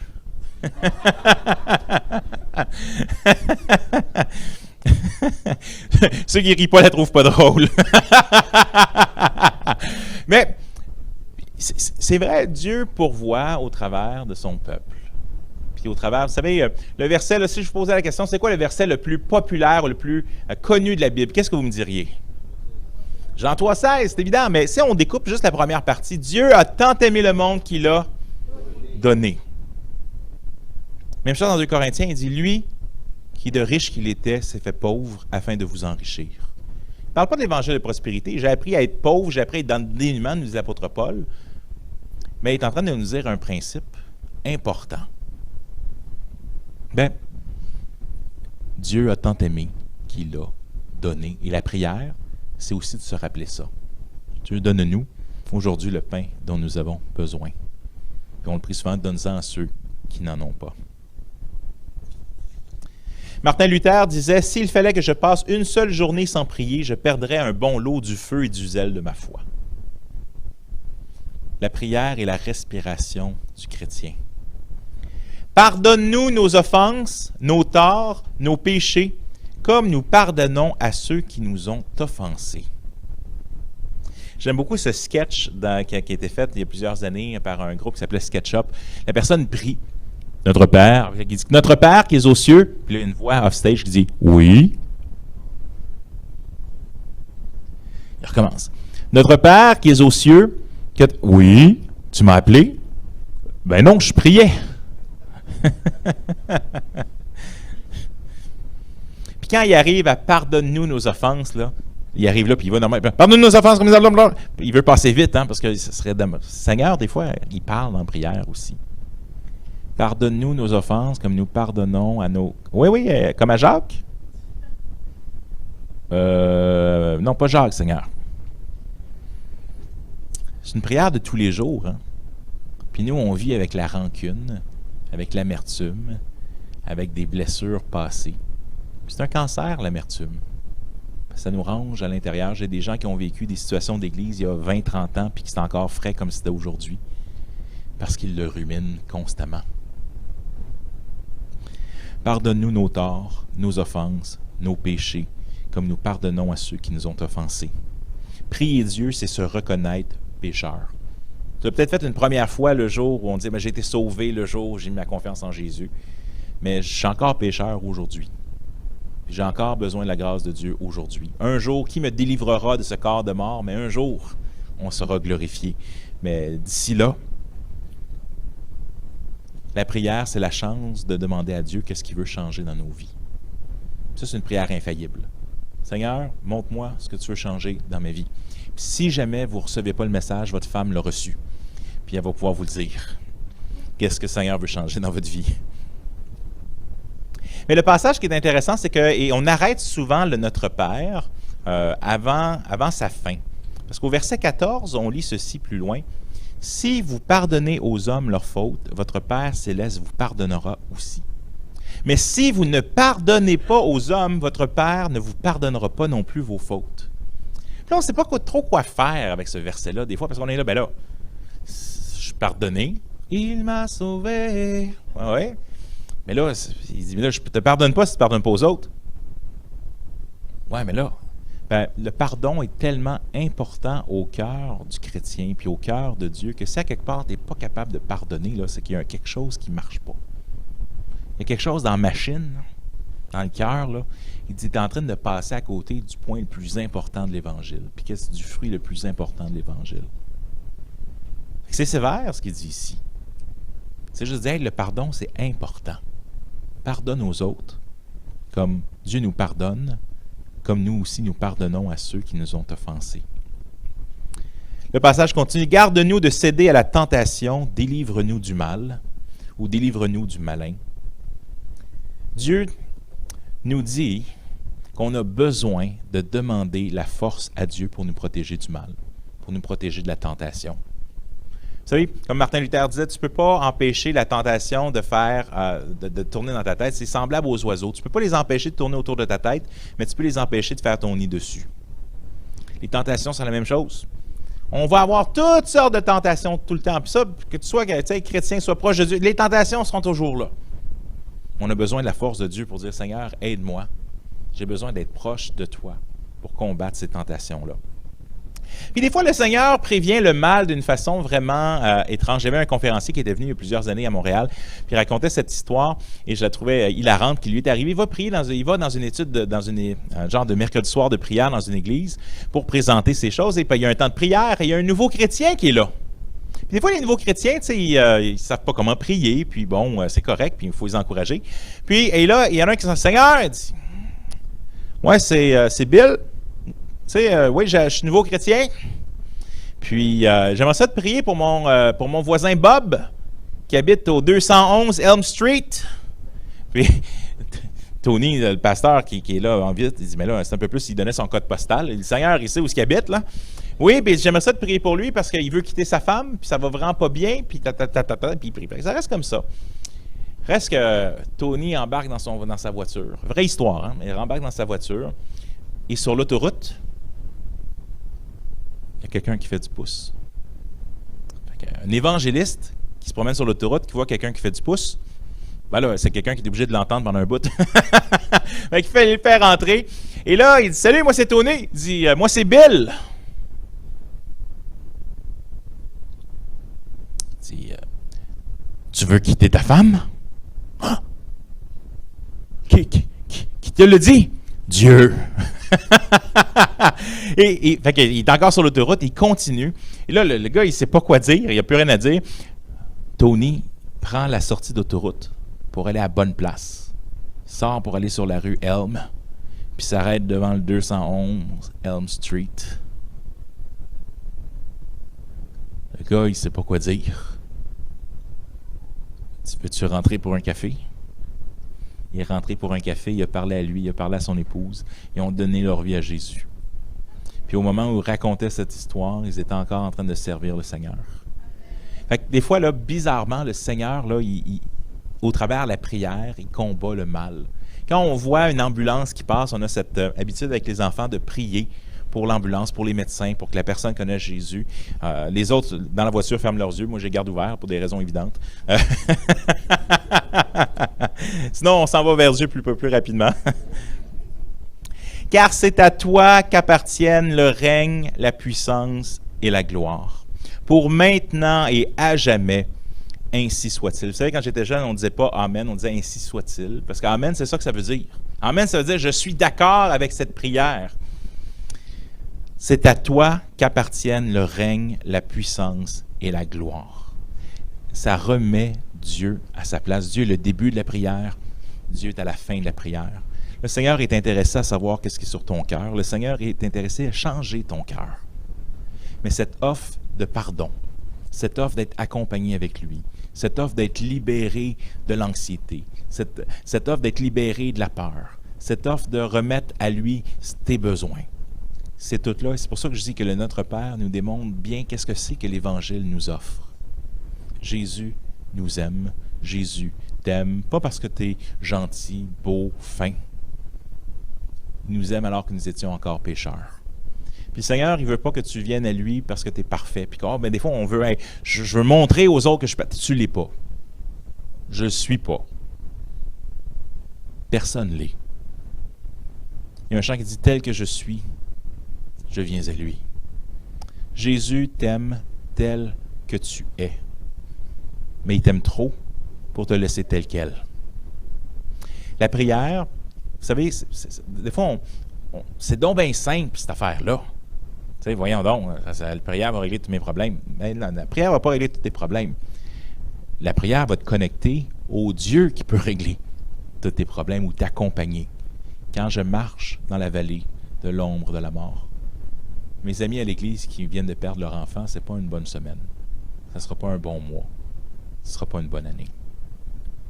Puis il y a des moments dans la vie comme ça où je sais que quand je marche dans la vallée de l'ombre de la mort, je ne crains aucun mal, parce qu'il est avec moi. Il est là. Fait que la vie chrétienne, c'est pas que c'est une vie sans souffrance, c'est une vie sans défi. Ben, c'est qu'on marche dans cette vie avec celui qui l'a créée. Puis celui qui a sa réponse au mal et à la souffrance, c'est Emmanuel, qui littéralement veut dire Dieu avec nous. C'est son nom de Jésus. On a un Dieu qui est venu mourir pour nous, souffrir pour nous, souffrir avec nous, pleurer avec nous, afin qu'on se réjouisse pour toujours avec lui. Ensemble, prions. Donne-nous, ô Seigneur, des cœurs fermes, qui ne se laissent pas ébranler par des affections fausses. Donne-nous des cœurs courageux, qui ne se laissent pas abattre par les tribulations. Donne-nous des cœurs droits, qui ne se laissent pas égarer par les objectifs impurs ou indignes. Donne-nous aussi, notre Seigneur et notre Dieu, l'intelligence pour te comprendre, le zèle pour te rechercher, la sagesse pour te reconnaître et la fidélité qui nous permettra de te voir face à face. Amen.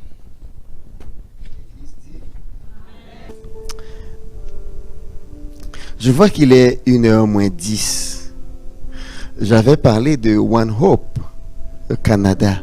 Pasteur Sébastien est le directeur. J'aimerais bien qu'il revienne nous parler de ça et aussi du ministère de sa femme qui travaille avec lui.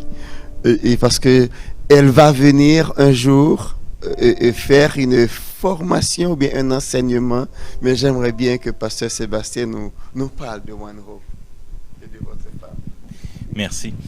Donc, One Hope Canada était connu auparavant sous le nom de Canadian Sunday School Mission. Donc, c'était une mission pour l'école du dimanche qui a été fondée en 1927. C'est une des plus vieilles missions canadiennes. Une des choses qui est intéressante, c'est un homme qui venait des États-Unis qui avait à cœur que les enfants puissent entendre parler de Jésus. Puis, il est venu ici au Canada, et l'histoire est quand même étrange, où il vient au Canada rencontrer des hommes d'affaires pour essayer de les convaincre d'investir, de dire « j'aimerais ça avoir une école », un peu comme vous allez faire la semaine par exemple la semaine de Caen cet été, mais de faire ça et de se promener de place et de village en village pour présenter l'Évangile aux enfants. Et il essaie de voir si des partenaires, il va dans la grande rencontre, personne ne répond à son appel de l'Évangile pour l'aider à venir partager aux enfants. Il rencontre quelqu'un, il va dans son hôtel tout découragé et il rencontre quelqu'un au hasard comme ça qui parle. Qu'est-ce que tu fais dans l'hôtel? Il présente ses choses, ça reste comme ça. Il monte à sa chambre. Il dit Seigneur, je vais prier. Je vais prier. Il avait besoin à l'époque, en 1927, il avait besoin de commencer avec un $300. Si tu peux me montrer au moins un $300, tu peux pouvoir me montrer que c'est vraiment ta volonté qu'on commence à avoir ce ministère auprès des enfants. Et alors qu'il est en train de prier, ça cogne à la porte de son hôtel. C'est le monsieur qu'il a rencontré qui vient lui donner un chèque de $150. Il dit hey, merci Seigneur. Il dit mais le 150, c'est pas 300, c'est pas ce que je t'avais demandé. Le monsieur s'en va et tout ça. Puis il dit continue à prier. Puis il dit peut-être Seigneur, c'est pas sa volonté parce que j'ai pas demandé la bonne affaire. Ça cogne à la porte. C'est le même gars qui est revenu. Il dit ouais, le Seigneur m'avait dit de te donner 300, là, mais je t'avais juste donné 150. Alors, il a donné un autre chèque de 150 et le ministère est commencé comme ça. Et c'est des gens littéralement qui allaient à bicycle d'un point de ministère à un autre. Et maintenant, aujourd'hui, on est 42 camps au travers le Canada qui a vraiment à cœur de prêcher l'Évangile, particulièrement dans des milieux parfois qui sont un peu plus défavorisés, pour qu'on puisse présenter l'Évangile comme un espoir qui est là. Un de nos buts aussi, c'est de donner du matériel. Vous savez, souvent même, vous parliez de l'AE tout à l'heure avec laquelle des fois on fait des partenariats, mais souvent les églises leur appellent en disant on n'a rien pour les adolescents. Il n'y a pas beaucoup de matériel pour les adolescents qui sont créés. Donc, on a vraiment à cœur, mon épouse et moi, de créer du matériel pour répondre aux besoins des églises. On est en train de travailler, par exemple, on a commencé à travailler sur un livre directement pour les ados. Par exemple, qui pose la question, tu sais, tu es ado et tu as des grandes questions à répondre. Qui suis-je? Où est-ce que je m'en vais? Qui est-ce que je vais marier? C'est quoi mon identité? Est-ce que je vais suivre Jésus? Et puis, c'est quoi suivre Jésus aujourd'hui? Puis, c'est quoi être... Et là, d'avoir quelque chose qui challenge nos ados. Vous savez, l'adolescence, c'est un phénomène très récent dans l'histoire de l'humanité. Tu sais, c'est un 10 ans où on dit aux jeunes, là, pendant 10 ans, nos attentes de ce que tu vas faire, là, sont là. Ce qui fait que s'il se lève là, pour faire le ménage de sa chambre, là, c'est extraordinaire. Wow! La médiocrité, c'est de mettre la barre d'excellence tellement basse que tout le monde passe. Mais on peut décider de ne pas participer. Parce que si tu remontes, il y a 100 ans, il y a 200 ans, les adolescents souvent étaient dans l'entreprise familiale, il y avait déjà des responsabilités, des fois même mariés. Mais là, on leur donne un 10-15 ans, là, où on leur dit, il n'y a rien qui est attendu de toi. Puis on les laisse aller avec les hormones, puis avec tout ça, puis sans accompagnement. Fait qu'on est là pour leur donner des outils. Des outils, un peu, vous parliez de 6 jours avec Dieu, ça c'est quelque chose qu'on a fait pour les jeunes du primaire, où ça nous donne, c'est un outil que vous pouvez utiliser, vous pouvez aller même le télécharger en ligne, notre site c'est missionnel.org. Missionnel, c'est l'idée d'être en mission, nous voulons être missionnels. Donc missionnel.org dans la section ressources, où nous avons par exemple ce truc que vous pouvez télécharger, vous pouvez faire avec vos enfants. C'est un cahier d'activités que tu peux faire ensemble, puis là ça passe sur comment est-ce qu'on s'approche de Dieu, puis comment est-ce que Dieu nous a aimés. On a d'autres choses qui sont là aussi. Par exemple, on a un podcast qui sort à toutes les semaines qui s'appelle « La foi vient de ce que l'on entend ». Donc, un petit clin d'œil là à Romain, mais où on adresse souvent les questions qu'on n'adresse pas beaucoup en Église. Parce que c'est des sujets plus délicats, ou soit parce que des fois, les pasteurs, on n'a pas. Écoute, il y a tellement de sujets sur lesquels il faut s'informer aujourd'hui, mais d'avoir des questions autant sur tout ce qu'on appelle le wokisme, par exemple. C'est pas comme Chewbacca, là, c'est pas l'ami d'Han Solo. Le wokisme, c'est tout un peu, mais comment est-ce qu'on est éveillé aux inégalités puis aux choses? On en entend partout. Mais c'est quoi qui est semblable? Vous savez, c'est une forme d'évangile, le wokisme. C'est un faux évangile, mais c'est une tentative de sauver l'humanité puis de cesser les injustices. Fait que comprendre qu'est-ce qu'ils veulent dire, puis comprendre avant d'être compris, c'est un principe important. J'en ai d'autres, par exemple, qui vont être faits sur toute la question. J'en ai un qui sort cette semaine sur la laïcité au Québec. Quand on a un ministre de l'Éducation qui commence à dire que personne ne devait prier à l'école, puis c'est mal de prier quand tu es à l'école, on a un problème. J'en ai un sur l'anxiété, j'en ai un, par exemple, sur l'année où j'ai presque perdu ma foi. C'est un de ceux qui a été le plus écouté parce que les jeunes sont, ça nous rejoint de dire, hey, c'est correct de se poser des questions. Puis je leur partage mon cheminement, les questions que j'ai eues. Puis comment est-ce que je suis arrivé à des réponses qui fait que non, regarde, je suis convaincu que la foi chrétienne, c'est la vérité. Puis il n'y a pas d'autre message. À qui irions-nous? Tu as les paroles de la vie éternelle. Fait qu'on a un ensemble, on a à peu près 115 podcasts sur des sujets différents actuellement que vous pouvez aller voir. Encore, vous pouvez le faire par missionnel.org, puis dans la section ressources ou podcasts, c'est là. Mais ça, c'est une autre ressource que l'on fait. Et le gros projet, c'est pour ça que j'enseigne un peu moins de ce temps-ci, et Cathy, donc mon épouse et moi, on travaille d'arrache-pied dessus. C'est un projet qui s'appelle les pourquoi de la foi. Et ça, c'est 13 leçons, 13 capsules vidéo, 13, c'est un curriculum de 13 semaines. Un pour les 8-12 ans, puis l'autre pour les 13-17, que tu peux faire en famille. C'est-à-dire que tu peux écouter, les vidéos sont drôles, humoristiques, et là, tu peux l'écouter 10 minutes, tu as des questions que tu peux discuter. Fait que tu le fasses en école du dimanche, que tu le fasses dans un camp, que tu le fasses en famille, que tu le fasses au groupe de jeunes, ou que tu le fasses même avec un ami qui ne connaît pas encore le Seigneur, mais c'est fait pour répondre à ces grandes questions-là. Puis c'est ça qu'on veut. On veut créer des ressources en français qu'on peut fournir aux églises, aux chrétiens, pour répondre aux questions puis accompagner nos jeunes particulièrement. Parce qu'il y a un besoin pour ça. Et vous savez, en tant que parent, malheureusement, il n'y a pas un mode d'emploi qui est tombé du ciel qu'ont eu nos enfants. Puis bizarrement, c'est la chose qui nous insulte le plus. Tu sais, quand tu visites une autre famille, là, puis ils n'élèvent pas leurs enfants de la même façon que toi. Ça te dérange. T'sais, on est tous dérangés. Puis là, on ne veut surtout pas, par contre, que quelqu'un vienne nous dire « Tu ne fais pas bien avec ton enfant. » Parce que c'est un mini-moi. Hein? Vous savez ce qui me dérange le plus chez mes enfants? Sauf ma plus grande qui est là. Non. Vous savez qu'est-ce qui me dérange le plus avec mes enfants? C'est de voir mes propres défauts. Les qualités, ça, c'est correct. Je suis content de les voir. Mais mes défauts, ça me fatigue. Parce que ça me dit « Oh boy, j'ai réussi aussi à passer des défauts. » Mais être parent, là, c'est pas inné. Ça s'apprend. Puis être parent selon le cœur de Dieu, mais aussi on a besoin d'aide puis de réflexion. Tu sais, des fois, les gens me disent « Ah, mais comment est-ce que tu aides les ados? » Bien, ça dépend. Comment est-ce que tu as accompagné tes enfants quand ils étaient plus jeunes? Tu sais, préparer, tu sais, former des ados, éduquer des ados, ça commence dans le berceau. C'est d'être intentionnel, de dire, mais comment est-ce que je bâtis une relation avec mes enfants? Comment est-ce que je discute avec eux? Ben, c'est sûr que si tu n'as jamais parlé avec eux, puis tu ne prends pas du temps, on essaie de prendre régulièrement des temps, moi et mon épouse, avec différents enfants, on fait une sortie, on jase et tout ça. Mais si tu ne prends pas le temps d'investir, quand ils vont être rendus à 16-17 ans, là, ils ne vont pas se tourner vers toi et dire, hey, j'aimerais ça qu'on parle de quelque chose dans ma vie si tu n'as pas ce contact-là. C'est pas une question d'être... Non, je ne suis pas l'ami de mes enfants, je suis leur parent. mais ça n'empêche pas qu'on peut connecter, on peut jouer, je joue beaucoup avec. Donc, de donner des outils comme ça, de dire aux parents, hey, il y a aussi des formations qu'on donne sur comment on investit et dans la vie de nos enfants et dans la vie de nos ados pour connecter. Puis connecter, ça ne veut pas juste dire hey, on va être super sérieux, on va juste parler de Dieu ensemble. Non, mais c'est plus que ça, connecter. C'est s'intéresser, c'est poser des questions. Puis, donc, c'est un ensemble de ressources. J'ai la chance de travailler avec eux depuis maintenant un peu plus de 3 ans. Puis ça a vraiment été... ils m'ont approché en disant, écoute, ça fait longtemps qu'on veut faire quelque chose au Québec. Parce qu'ils étaient majoritairement dans les autres provinces, ils étaient en anglais. Puis ils m'ont dit, mais si tu avais un tableau blanc, qu'est-ce que tu mettrais dessus? Puis moi, ça fait des années que je vois des besoins au Québec pour diverses choses. Puis je me dis, OK, on a... je leur ai fait un pitch pour qu'est-ce que je faisais déjà puis que je n'étais pas payé pour. Ultimement, parce qu'en tant que pasteur, tu as des autres projets, tu essaies d'écrire, tu essaies de faire des conférences et tout ça, mais la réalité, c'est que maintenant, je suis libéré. Je suis quand même pasteur une journée semaine dans une église, mais je suis libéré pour travailler sur ces choses-là. J'ai le privilège d'être un des rares au Québec qui est payé pour écrire. Puis écrire, libre pour penser, puis réfléchir. Comment est-ce qu'on partage l'Évangile aujourd'hui? Fait que pour moi, c'est un privilège extraordinaire.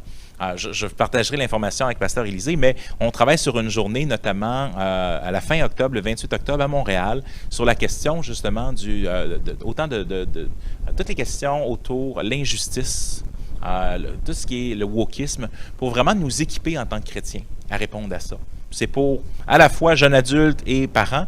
Donc, je vous donnerai des informations, mais on est là pour servir l'Église. On est vraiment content d'être parmi vous aujourd'hui. Et we'll be back. On reviendra.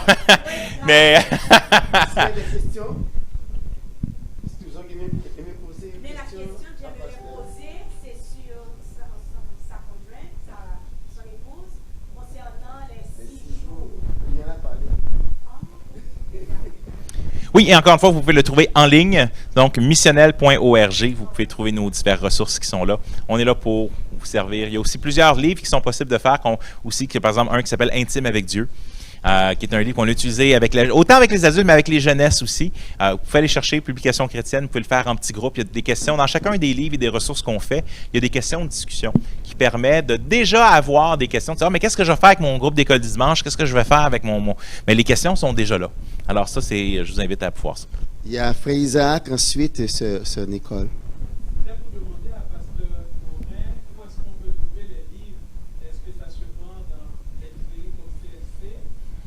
Oui, tu peux toujours les faire. Je ne sais pas s'ils les tiennent toujours en stock, mais vous pouvez toutes les trouver sur publicationchrétienne.com, donc qui est probablement le libraire chrétien le plus grand actuellement au Québec.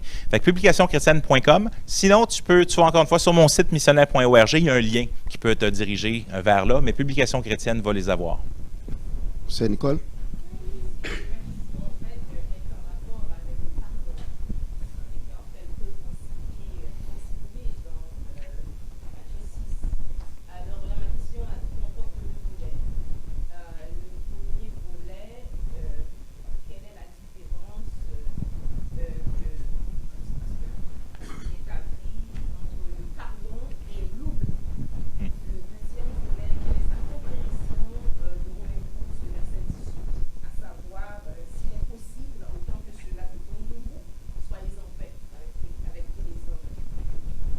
Je pense que vous avez donné plusieurs déjà éléments de réponse dans votre question.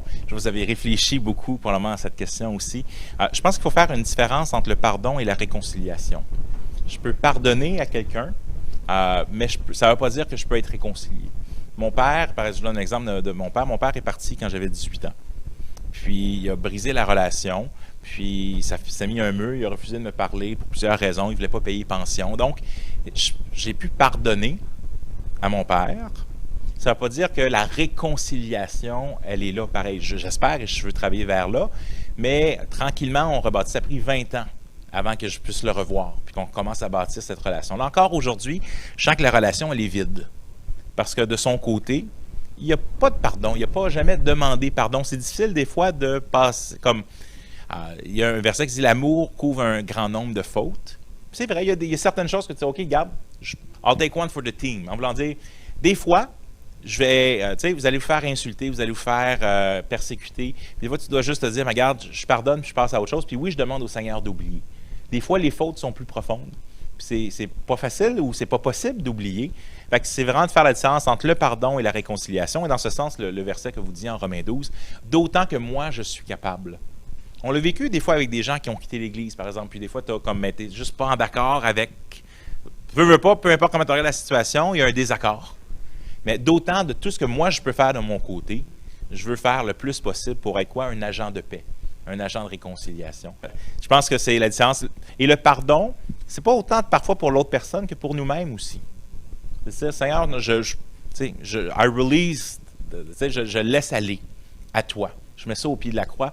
Quand, je donne une dernière image, quand, juste après que mon père soit parti, je me rappelle, je faisais le vélo, puis j'allais loin, je faisais 1h30 pour aller à l'église en vélo. Puis, à un moment donné, le Seigneur, j'étais fâché avec Dieu un peu. Je dis, voyons, Seigneur, pourquoi est-ce que tu permets ces choses-là d'arriver? Puis mon père, toutes ces choses, il était parti avec une autre madame et tout ça. Puis, j'ai pogné un flat. Puis là, j'étais un pauvre étudiant, j'avais pas une scène, j'avais même pas assez de sous pour prendre un billet d'autobus. Fait que là, j'ai marché longtemps. Tu sais, j'habitais à Pointe-aux-Trembles, j'étais rendu à Rosemont. Fait que j'ai marché un bout de temps. Mais je posais la question, puis le Seigneur s'en est servi pour me montrer quelque chose, parce qu'à un moment donné, je dis, Seigneur, pourquoi est-ce que tu ne fais pas que la foudre tombe dessus? Tu sais, des fois, la douleur ou l'offense, elle est grande. Puis l'image que j'ai eue, puis ça ne m'est pas arrivé souvent dans ma vie, mais j'ai vu une image de la croix. Puis Dieu, c'est comme si Dieu m'avait dit, tu sais, j'ai aussi payé pour ce péché-là. Puis c'est pour ça que je peux pardonner. C'est pas parce qu'il demande pardon, c'est parce que Christ m'appelle à pardonner comme il peut pardonner, puis la croix me montre que, ben, il a payé pour cette offense-là aussi.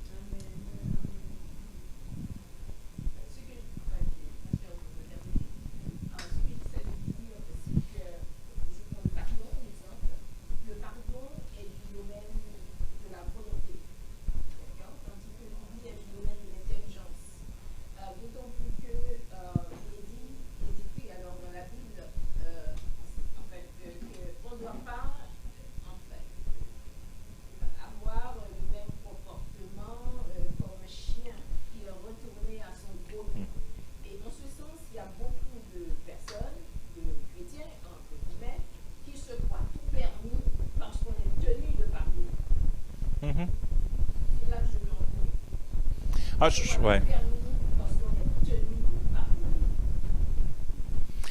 Je vous entends, tu sais, je lutte avec le même verset où quand Jésus, tu sais, les apôtres posent la question, tu sais, on doit pardonner jusqu'à combien de fois?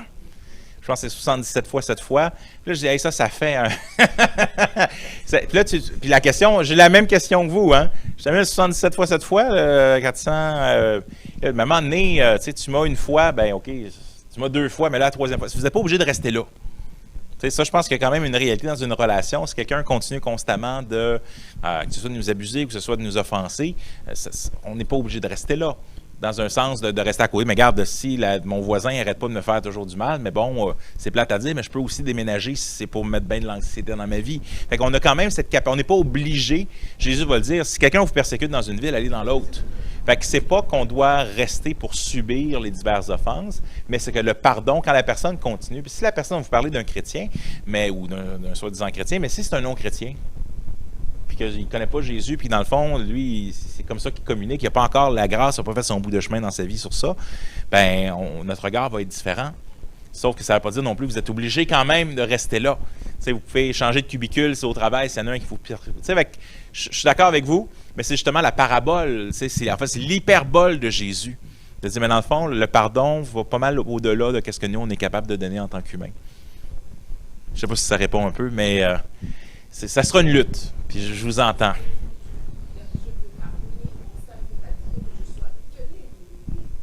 Non.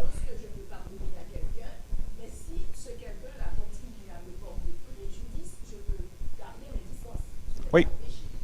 Ouais. Non, parce que puis oublier, Dieu peut, tu sais, il va dire j'oublierai vos péchés. Des fois, Dieu utilise l'hyperbole en voulant dire, mais Dieu fait comme si Dieu n'oublie jamais les péchés. Pourtant, dans sa façon de le dire, je le mets loin derrière moi. Fait que non, vous n'êtes pas obligé d'oublier dans ce sens-là. Bien, merci beaucoup, Pasteur Morin. Merci. Alors, on se met debout. Puis juste, on a déjà prié, juste un mot de prière pour la bénédiction. Merci à vous tous et merci à ceux qui nous ont suivis sur réseaux sociaux. Merci Nous espérons que cette matinée vous a été vraiment profitable, riche et aussi édifiante. Juste un mot de prière pour la bénédiction. Cher Seigneur, encore une fois, nous bénissons ton nom. Merci pour la présence de chacun de nous ici présents. Et merci Seigneur pour ta présence à toi qui nous a édifiés, car sans toi, on ne peut rien faire. Père Seigneur, nous allons nous séparer, mais fais que nous restions encore toujours au contact, parce que c'est toi qui nous unis tous, au nom de Jésus. Que la grâce de notre Seigneur et Sauveur Jésus-Christ, l'amour du Dieu le Père, la communion du Saint-Esprit reste et demeure dans le cœur de chacun de nous pour nous aider à marcher de victoire en victoire en enfants obéissants, dès à présent et pour toujours. Amen. Soyez tous bénis.